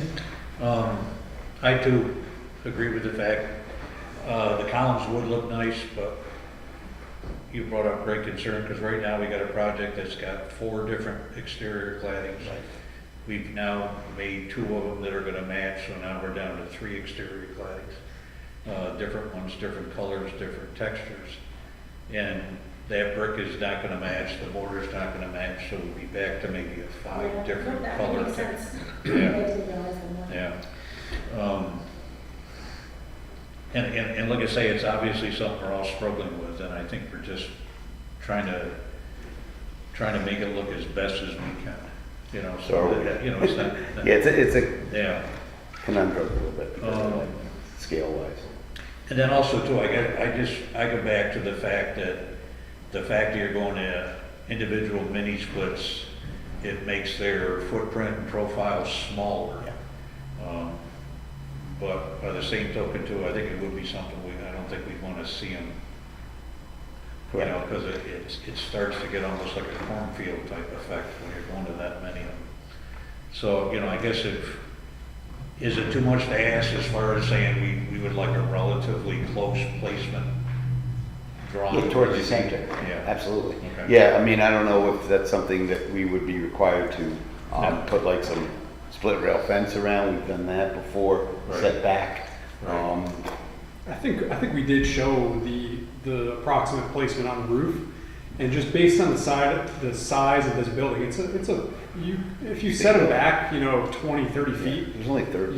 you're not going to see You're not them gonna see if you're them. close up to the You're on building. the sidewalk, you're Yeah. not gonna see them. You would have to be See 'em standing maybe over here from the neighbor's on a hill, and second floor. yeah. Right. Yeah, that we provided last meeting, they were all on the roof, and they were all sort of 2 rows Yeah. of brick that's out. Yeah. In that configuration, you won't see them. Okay. But That was on a site plan. Yeah. Yeah, They were on the but- site plan last. Yeah. there might be some that are on ground level. We kinda would like to have this- some in the back, in the back. possibly. Right. Just because that would cut a few out the roof. But Or the runs. if you've been to that site now, it's almost something that you might expect to see there anyway. No, I guess the other reason I brought it up was that you did show, it looked like, I was on the impression they were exact placements of the roof. And then you made the comment about, well, we haven't really gone that far yet, so is. But I forgot that he did put it up, Okay. we discussed it, and he did put it on that plan. Okay. That's a different one. So Yes. we'll continue on that line of what Okay, yeah. they would look like. Because that looked fine from what you Okay, showed us. we'll stay with that. Okay, that's all I have. Can I respond to what Rachel brought up? Maybe you were talking about sort of vertical brick elements, and maybe you have an opportunity with the pattern, the jointing pattern of the cement panels. Maybe it can be red, maybe it can't be, but. To break up the scale of the 2x5? To express, were you talking about, Rachel, just sort of the idea of, yeah, just Something that, like that. yeah, I mean, it could be simply jointing pattern of those panels that continues. No, that's good, that's right. No, I get it. Yeah. I mean, it kind of sets it off. And then you're not doing. But it's the same color, It's it's a joint All change. it is a jointing Right, pattern. right. And your wall system. Okay, let me look at that. Maybe that might. I've seen that before, I know what you're saying. That's, again, it's still a panel. Exactly, it's not adding another material, it's not trying to match. But it's subtle. It's subtle and. Okay, we can come to that. I But mean, you're there's trying definitely to a rhythm address- to this. Yeah, right, exactly, there's a rhythm to that. So let's see without getting too busy what it looks like. Right, yeah, just to try and address what. Sure, that sounds good. It might, you may look at it and say Yeah. that's no, that's a good point. So bad. I think that could look, especially since the joints are lining up anyways, every other. Right. Oh, okay. What are we doing for waste here, trash? Dumpsters and stuff? I didn't see this on site plan. Is it interior? So we're proposing a dumpster enclosure right here. All right. But they're coming in from here and going out that way. Yeah. I mean, right now, there's, I think, a dumpster right by that entrance. Yeah, That's where there was, but yeah, we're moving it there. And that's all, will all be enclosed and. Yep. Chain link fence with slats, so your vinyl slats. Yeah.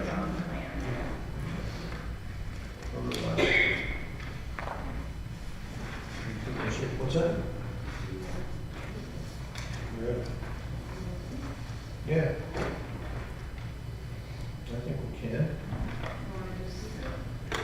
Yeah. We could. Or do you want to see plans with that? With the samples and stuff? Yeah. I think, yeah. I was just curious, is there a, not knowing, that's why I'm asking, is it a staff decision or is it a board decision when it comes to colors and finalizing that? Board decision. It's a board decision, okay. So we can do that and see samples. Do we need to reappear for the sample Yeah. meeting? Okay. That's, you don't have to go. You guys think, see samples Well, and I stuff? think he's represented that it's gonna be as close to the red as possible. Yeah, I don't know if I'm gonna have a sample Right. until, Well, that's gonna be a while. yeah, honestly, that's, So the we could present it, if I may suggest, prior to getting the building permit or something, I don't know. I'm just not trying to say what the board should say, but it's, I'm not gonna get a sample by the next meeting of the Hardy. No, so I think the board could, your representation is the Hardy board on the second floor is going to be as close to color match as possible, and you're trying to do a specific match. Correct. And so that's what the approval is. And when do we decide for this group on the panel sections or on regular party siding? I think everyone here voted for the 2x5 plank, As presented, right? yeah, again. I think that's what I heard everyone say. And then Yeah. we can submit in the next week or so or something with the breaks, vertical breaks on that second floor. If Or I that's think you something. could just say it's gonna have the step back approximately 8 inches for the second floor with the coping to match the same color. But he's talking about, Nina had brought up a point about vertical breaks and I siding. don't want them, yeah, I mean, I was simply trying to address, Rachel's comment was something vertical that is masonry, which we don't want to add. So instead of I having don't bricks- agree with what you said, that would. Right. Trying to make You're it not right right, here. so you don't need that. Nope. Okay. But I think on the site plan, I think we gotta work on the sidewalks and make sure. That was part of it. Yeah. The sidewalks must be ADA compliant and repaired. We know the canopy's being removed, the gazebos are being removed. Lawrence Street entrance needs to be expanded to 20 feet. Mhm. Yeah. 16. Entrance two, I'm sorry, there's two entrances. Yeah. Which, Entrance number 2. Cooper Street I thought was okay. Yeah, plus there's two Two ones. so it's this one. Yeah, second. So it's the second one, Which is one of the- the entrances. So the most easterly, Yeah. if you want. Yeah, Most And- most access, not the one way. Correct.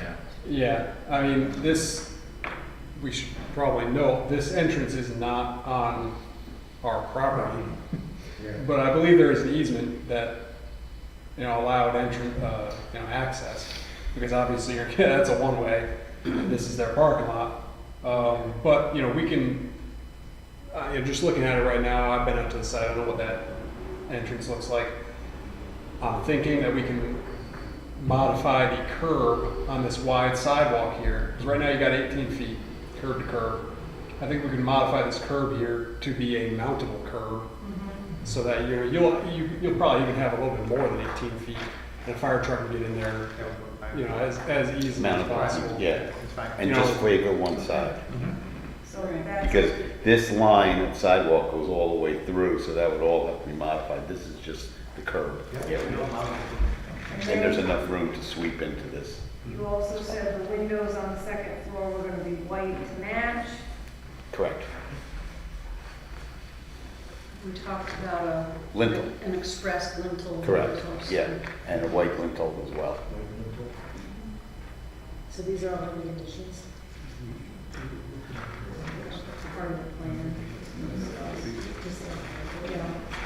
If you want to have that, well, that's what it is. You got that? And 18-foot light poles with the downcast lights. Chain link fence is going to be removed.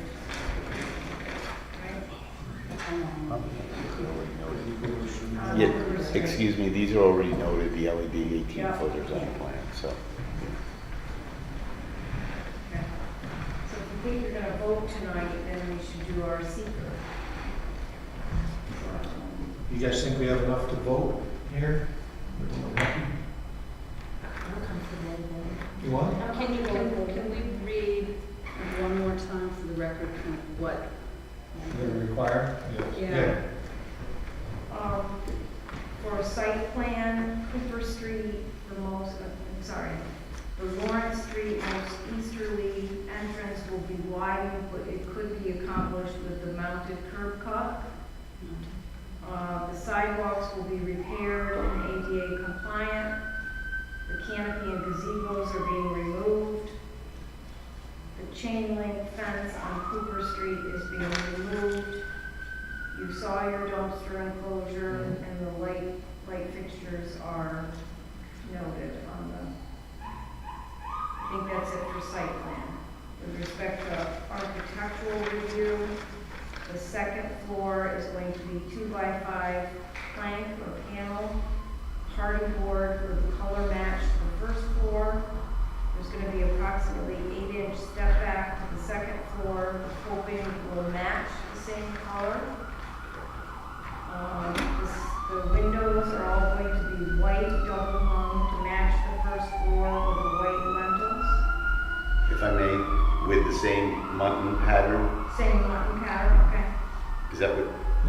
Yeah, I mean, I think we were matching everything. Yeah, so, The but just to make the matching- muttons part of that match, Yes. for the record. And then I think we talked about the heating and cooling units are on the roof mounted, but if there are any on the site, they will be in the back and they will be fenced. Mhm. Is that correct? Or underneath the canopy, I Yeah. thought would be underneath that rear canopy if possible, if needed. I think that was everything, right? I'd like to see sort of a beefier, not full on corners, but Correct. beefier coping in a On the second floor darker, addition. yeah, bronzish color on the new addition. A stepped, we can call it stepped, or just like an 8 and a 4, Yeah, something proportion. Approximately a 1-foot coping broken into right, 2. with a snap, yeah, Something, okay, and a darker. right.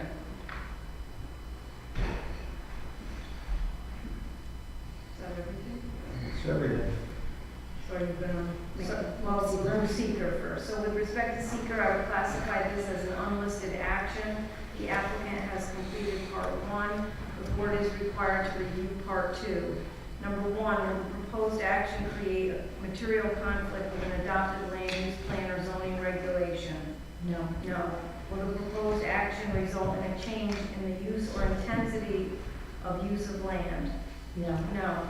Will the proposed action impair the character or quality of the existing community? No. No. Will the proposed action have an impact on the environmental characteristics that cause the establishment of a critical environmental area? No. No. Will the proposed action result in an adverse change in the existing level of traffic or affect existing infrastructure for mass transit, biking, or walkway? No. No. Will the proposed action cause an increase in the use of energy and it fails to incorporate reasonably available energy conservation or renewable energy opportunities? No. No. Will the proposed action impact existing public-private water supplies? No. Public-private wastewater treatment utilities? No. No. Will the proposed action impair the character or quality of important historic, archaeological, architectural, or aesthetic resources? No. No. Will the proposed action result in an adverse change to natural resources such as wetlands, water bodies, groundwater, air quality, flora or fauna? No. No. Will the proposed action result in an increase in the potential for erosion, flooding, or drainage problems? No. No.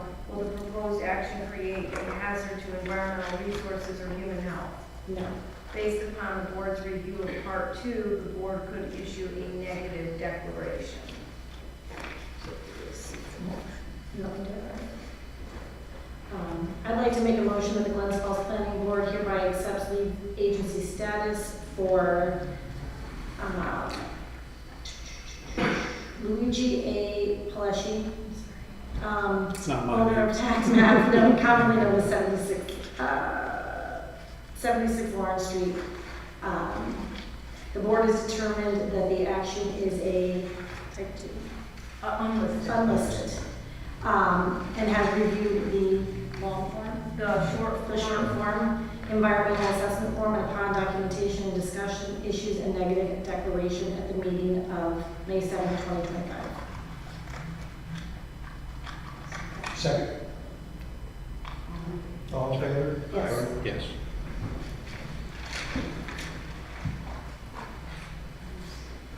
Now, do you want to do the site plan and architecture together? Want to do it together?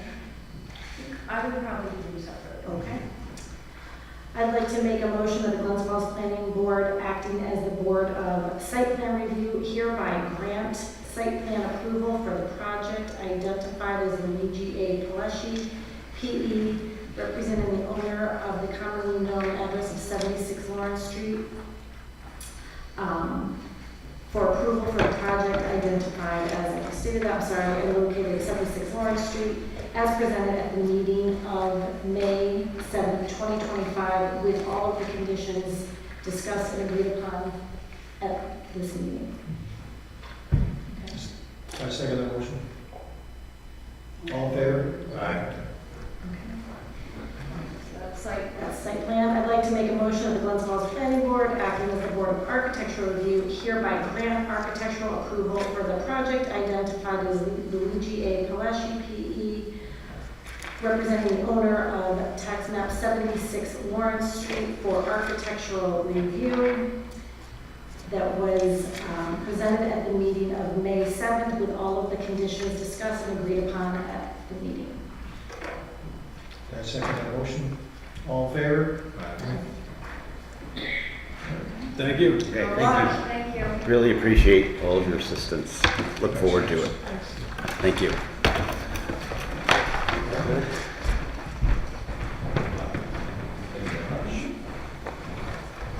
All right. Next item on the agenda, new business.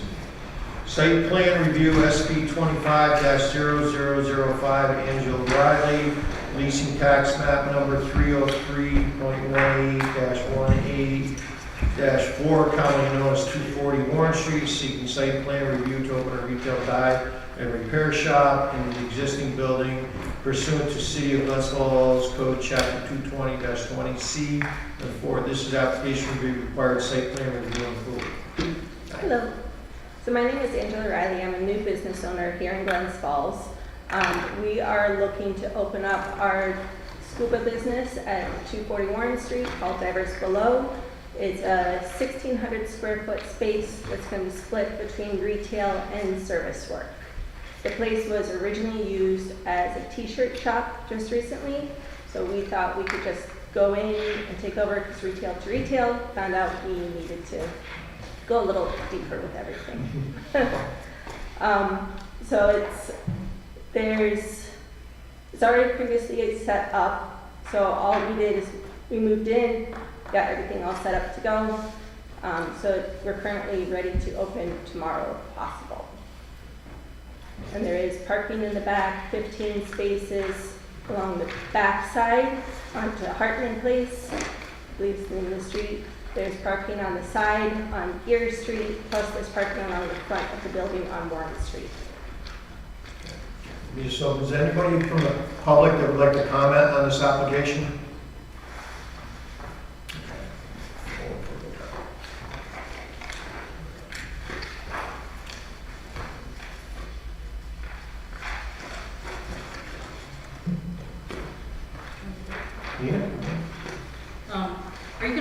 anything with the coolers that are outside there? Are there? There are no coolers there right What now. are those? There's metal. No, there's There's nothing The there. previous owner removed everything. Oh, okay. Yeah. Oh. They got rid of all the former restaurant equipment Okay. that's in there. There's nothing there now. There's a back storage room that we don't have access to. And then in the back entrance is where the coolers used to be. That is all gone currently. I don't have any objections or comments on site plan review. Any other comments? Mr. Landry? No, so it sounds like you're starting with a clear site as far as previous owners removed. Correct. Everything was gone from there. Okay. And then we moved all of our stuff in. Okay. Well, we had approved that there was like a little cell phone thing in there, and it was only there for like a month, Yeah. and left, so you guys thought, same business kind of thing? Correct. We thought it was retail to retail, so thought we were good to go. And found out it's retail to scuba retail, therefore it's different. Okay. Mr. Sherman? No, I got nothing. Do you want to review the comment? Yep. I think the comment was one comment from the fire prevention officer. It was mainly just the storage of cylinders and make sure you follow the guidelines as far as storing cylinders and filling. Yes. Yep, everything is, for those who don't know, we have big air tanks there for filling the scuba equipment. They're just backup storage tanks. They are all anchored to the wall, so there's no chance of them falling over. The only ones allowed to touch it is my husband Kurt. He is the scuba professional, and so anybody who touches those has to be certified for using, for filling them. It's not for the breathing area. You're using, you're not using a cascade system. You're That is using a the- cascade system. We are using a cascade It's- system. But you're not using a compressor. We do have a compressor You're too. compressor and cascade system. Yes, So their only concern was to make sure that everything was secured properly. and yes, it inspected is. properly. Yes. Okay, I have no other comments. No, I think it's great. It's nice to have the businesses come into town and use the space that have been empty, so I think you are very successful. So I'm not familiar with the compressor requirements, but there's tenants upstairs, right? There is. Do you have to have fire protection? No. No, okay. I don't think so. It's great to see a business coming in. Amazon has gotten rid of all of them, it seems. So Yeah. this is nice. I hope it works out. Yeah, thanks. As someone who's been in this business and had tanks filled there, I can attest that they are secured to the wall, and I really like having it here in the city.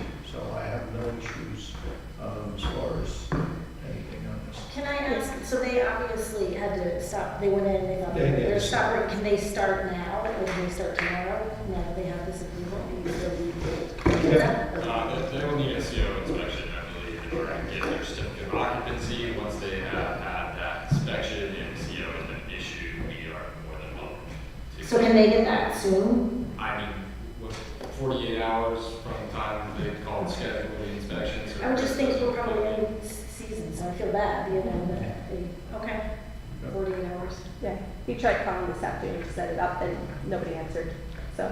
It's a very busy, and Talk to this man. On planning board day. Well, with respect to Nope. seeker, I Seeker. would classify it as a type 2 action, therefore, as its replacement, rehab, reconstruction of the structure or facility in kind on the same site, therefore no further action is required. Okay. I would like to make a motion of the Glens Falls Planning Board, acting as the Board of Site Plan Review, hereby grant site plan approval for the project identified as Angela Riley and the location of 240 Warren Street, as presented at the meeting of May 7th for site plan approval. Second that motion. All in favor? Aye. Thank Good you. luck. See you soon.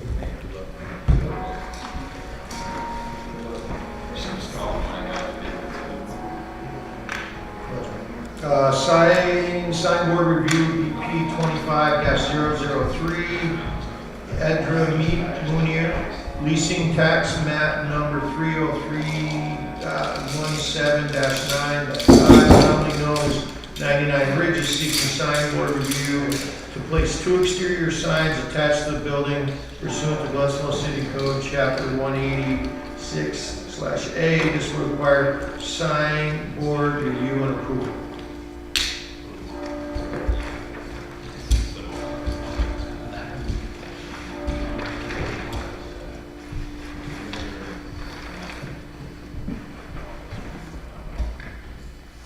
Good evening, my name is Audra Munir. I am the owner of Lighthouse by Mira, which is located in Piermont, New York. We are a small architectural firm. I've recently relocated to Queensbury, and I would like to open a second practice here in Glens Falls. So I rented 99 Ridge Street, which is a connected building to 97 Ridge Street. 97 Ridge Street is an engineering firm which has a signage here. We have approximately about 47 linear feet to our portion of the building, which is 99 Ridge. And we would propose to split our signage into 2 in order to occupy both of the bays and kind of be a little symmetrical with the signage and not just plastered on one corner only. So we split our logo into 2 parts. We took the house part of Lighthouse and placed it on the first bay, centered, and then we are placing the Lighthouse actual lettering on the second bay, aligned to the top of the second window and offset a little to the left, not unlike our title block and our signage in Piermont, New York. Now, each letter would like to be individually fastened to the brick. Cut metal, powder coated with the RAL colors of our logos, and backlit. The lighting would be fastened to the actual signage itself, lighting the brick and not the sign. So at night, we would wash the brick with warm lighting, and by day, we wouldn't have any kind of light. We would just have our logo. We've contracted a local firm that will build the sign for us, pending approval from your board.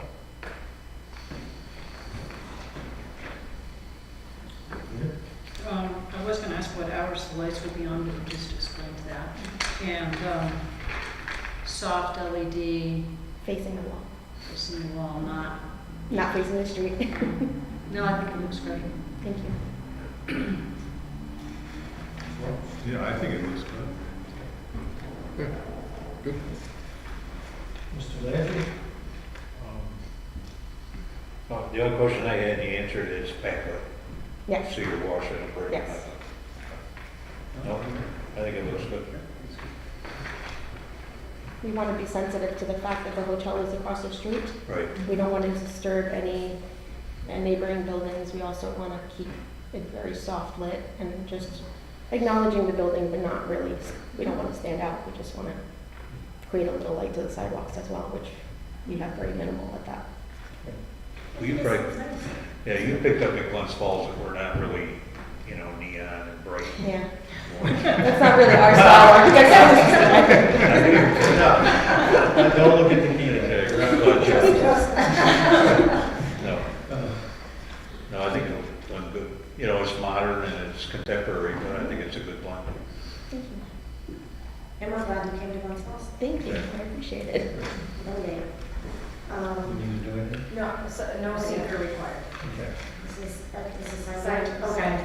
I'd like to make a motion of the Glens Falls Planning Board, acting as the Board of Sign Review, hereby grant the sign approval for the project identified as Edra Munir and the location of 99 Ridge Street, as presented at the meeting of May 7, 2025. I second it. And all in favor? Aye. Thank you very much for your time. Good luck. Thank you. All right.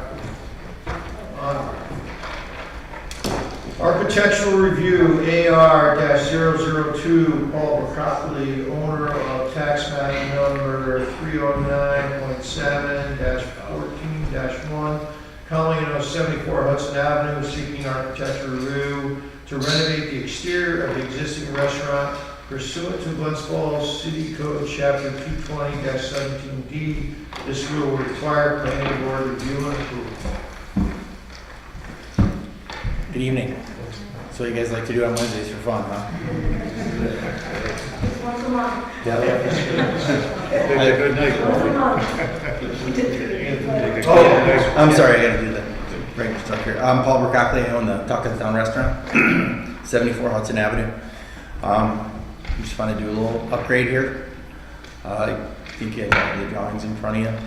The brick on the left side of the building has become so deteriorated, and it's just decorative, it's a cinder block building, but some of the bricks have deteriorated down to the cinder block now from basically the plows coming around the corner and throwing the snow up and all the salt eating away over the years. So it was going to be prohibitively expensive to redo those bricks and make it look like it did. So we're going to redo the whole front.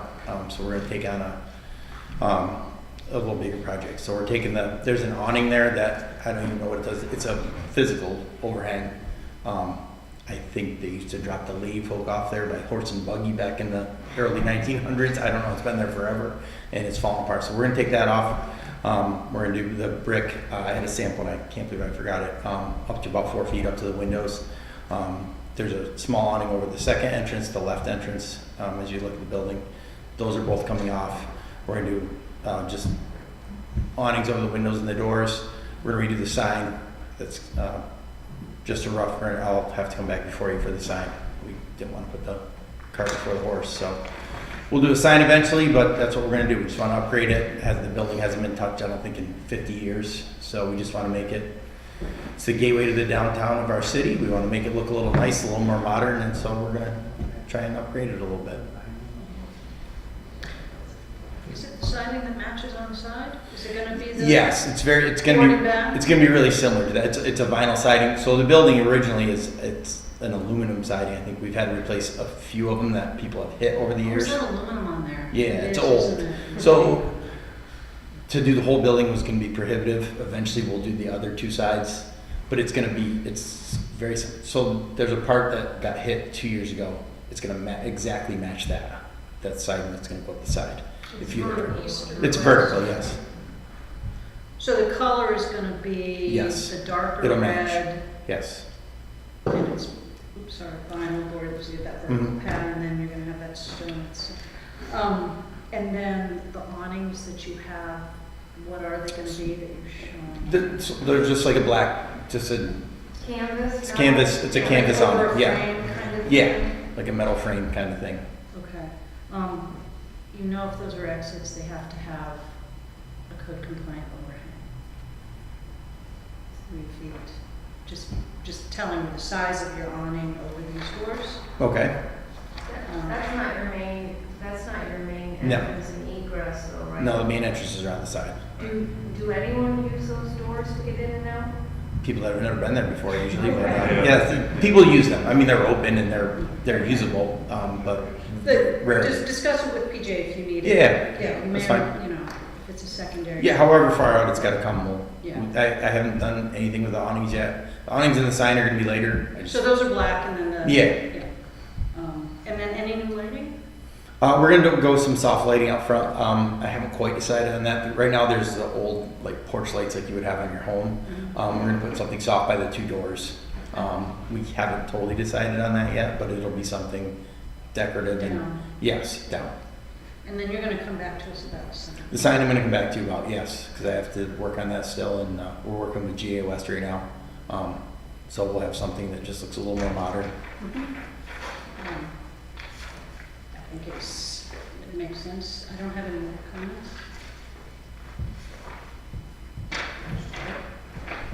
It's an improvement. Simple. Yeah. Yeah, I was noticing on the sign here, I don't know if that's close to what you've been talking about, for what you're coming back for. And I can't explain it, but the sign on the front of that building is like burned into my brain like in utero. I think anybody that's played Little League Baseball around here is burned into their brain. So you have free But this, pizza when you so go the thought of getting rid of that is a bit like, but this guess or proposition or first idea, I could see it. It's a new logo. We redid our menus 10 years ago. We kind of came up with a new logo that doesn't look like it's from a 70s movie kind of thing. So, but having it go up the side of the building and you see it coming and going, yes. And it's kind of fresh, but it's tasteful. I don't go too far from that. No, we won't. I promise. I thought that was kind of nice. Yeah. I like it. These windows are all staying the same. Those are the same windows you have now. Yeah. Same windows. I'm not touching the Yeah. windows. And then the bottom is just like the cultured stone. Yeah. No, I like it. I think it's gonna be a nice. Yeah, it'll look nice. No, okay. The other question I had was what material the stone was, whether it was a vinyl or a stone. So that was the answer. This is cultured stone. Cultured stone, and then, is this vinyl siding above there? Yes. Mr. Lander? You know, typically we require building sample materials. I was kind of hoping for pizza tonight. But other than that, I think it looks great. I think it looks great.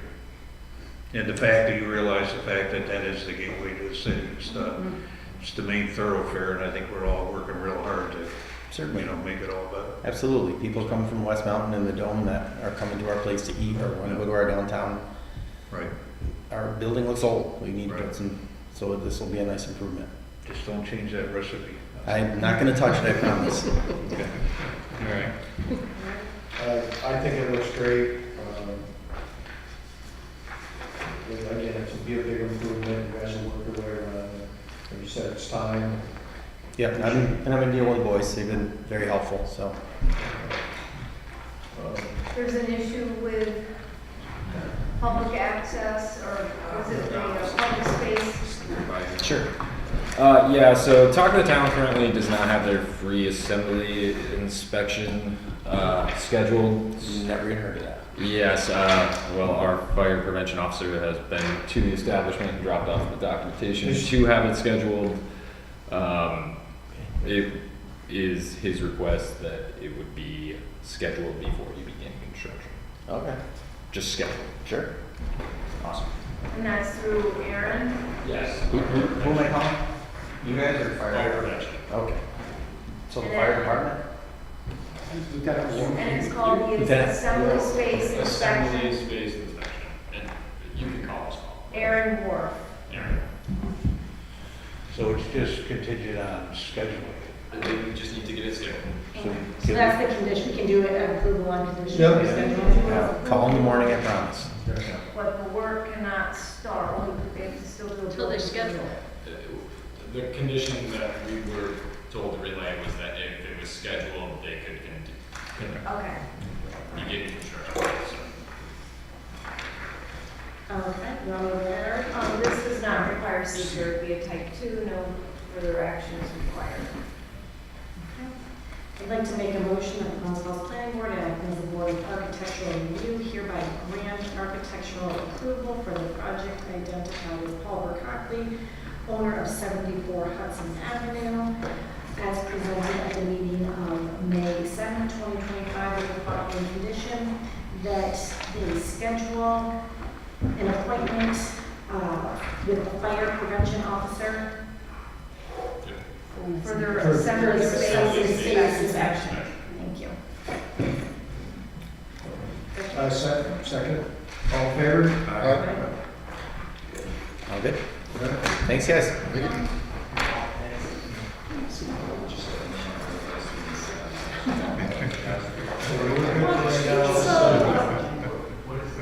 I'd like to make a motion to adjourn this meeting.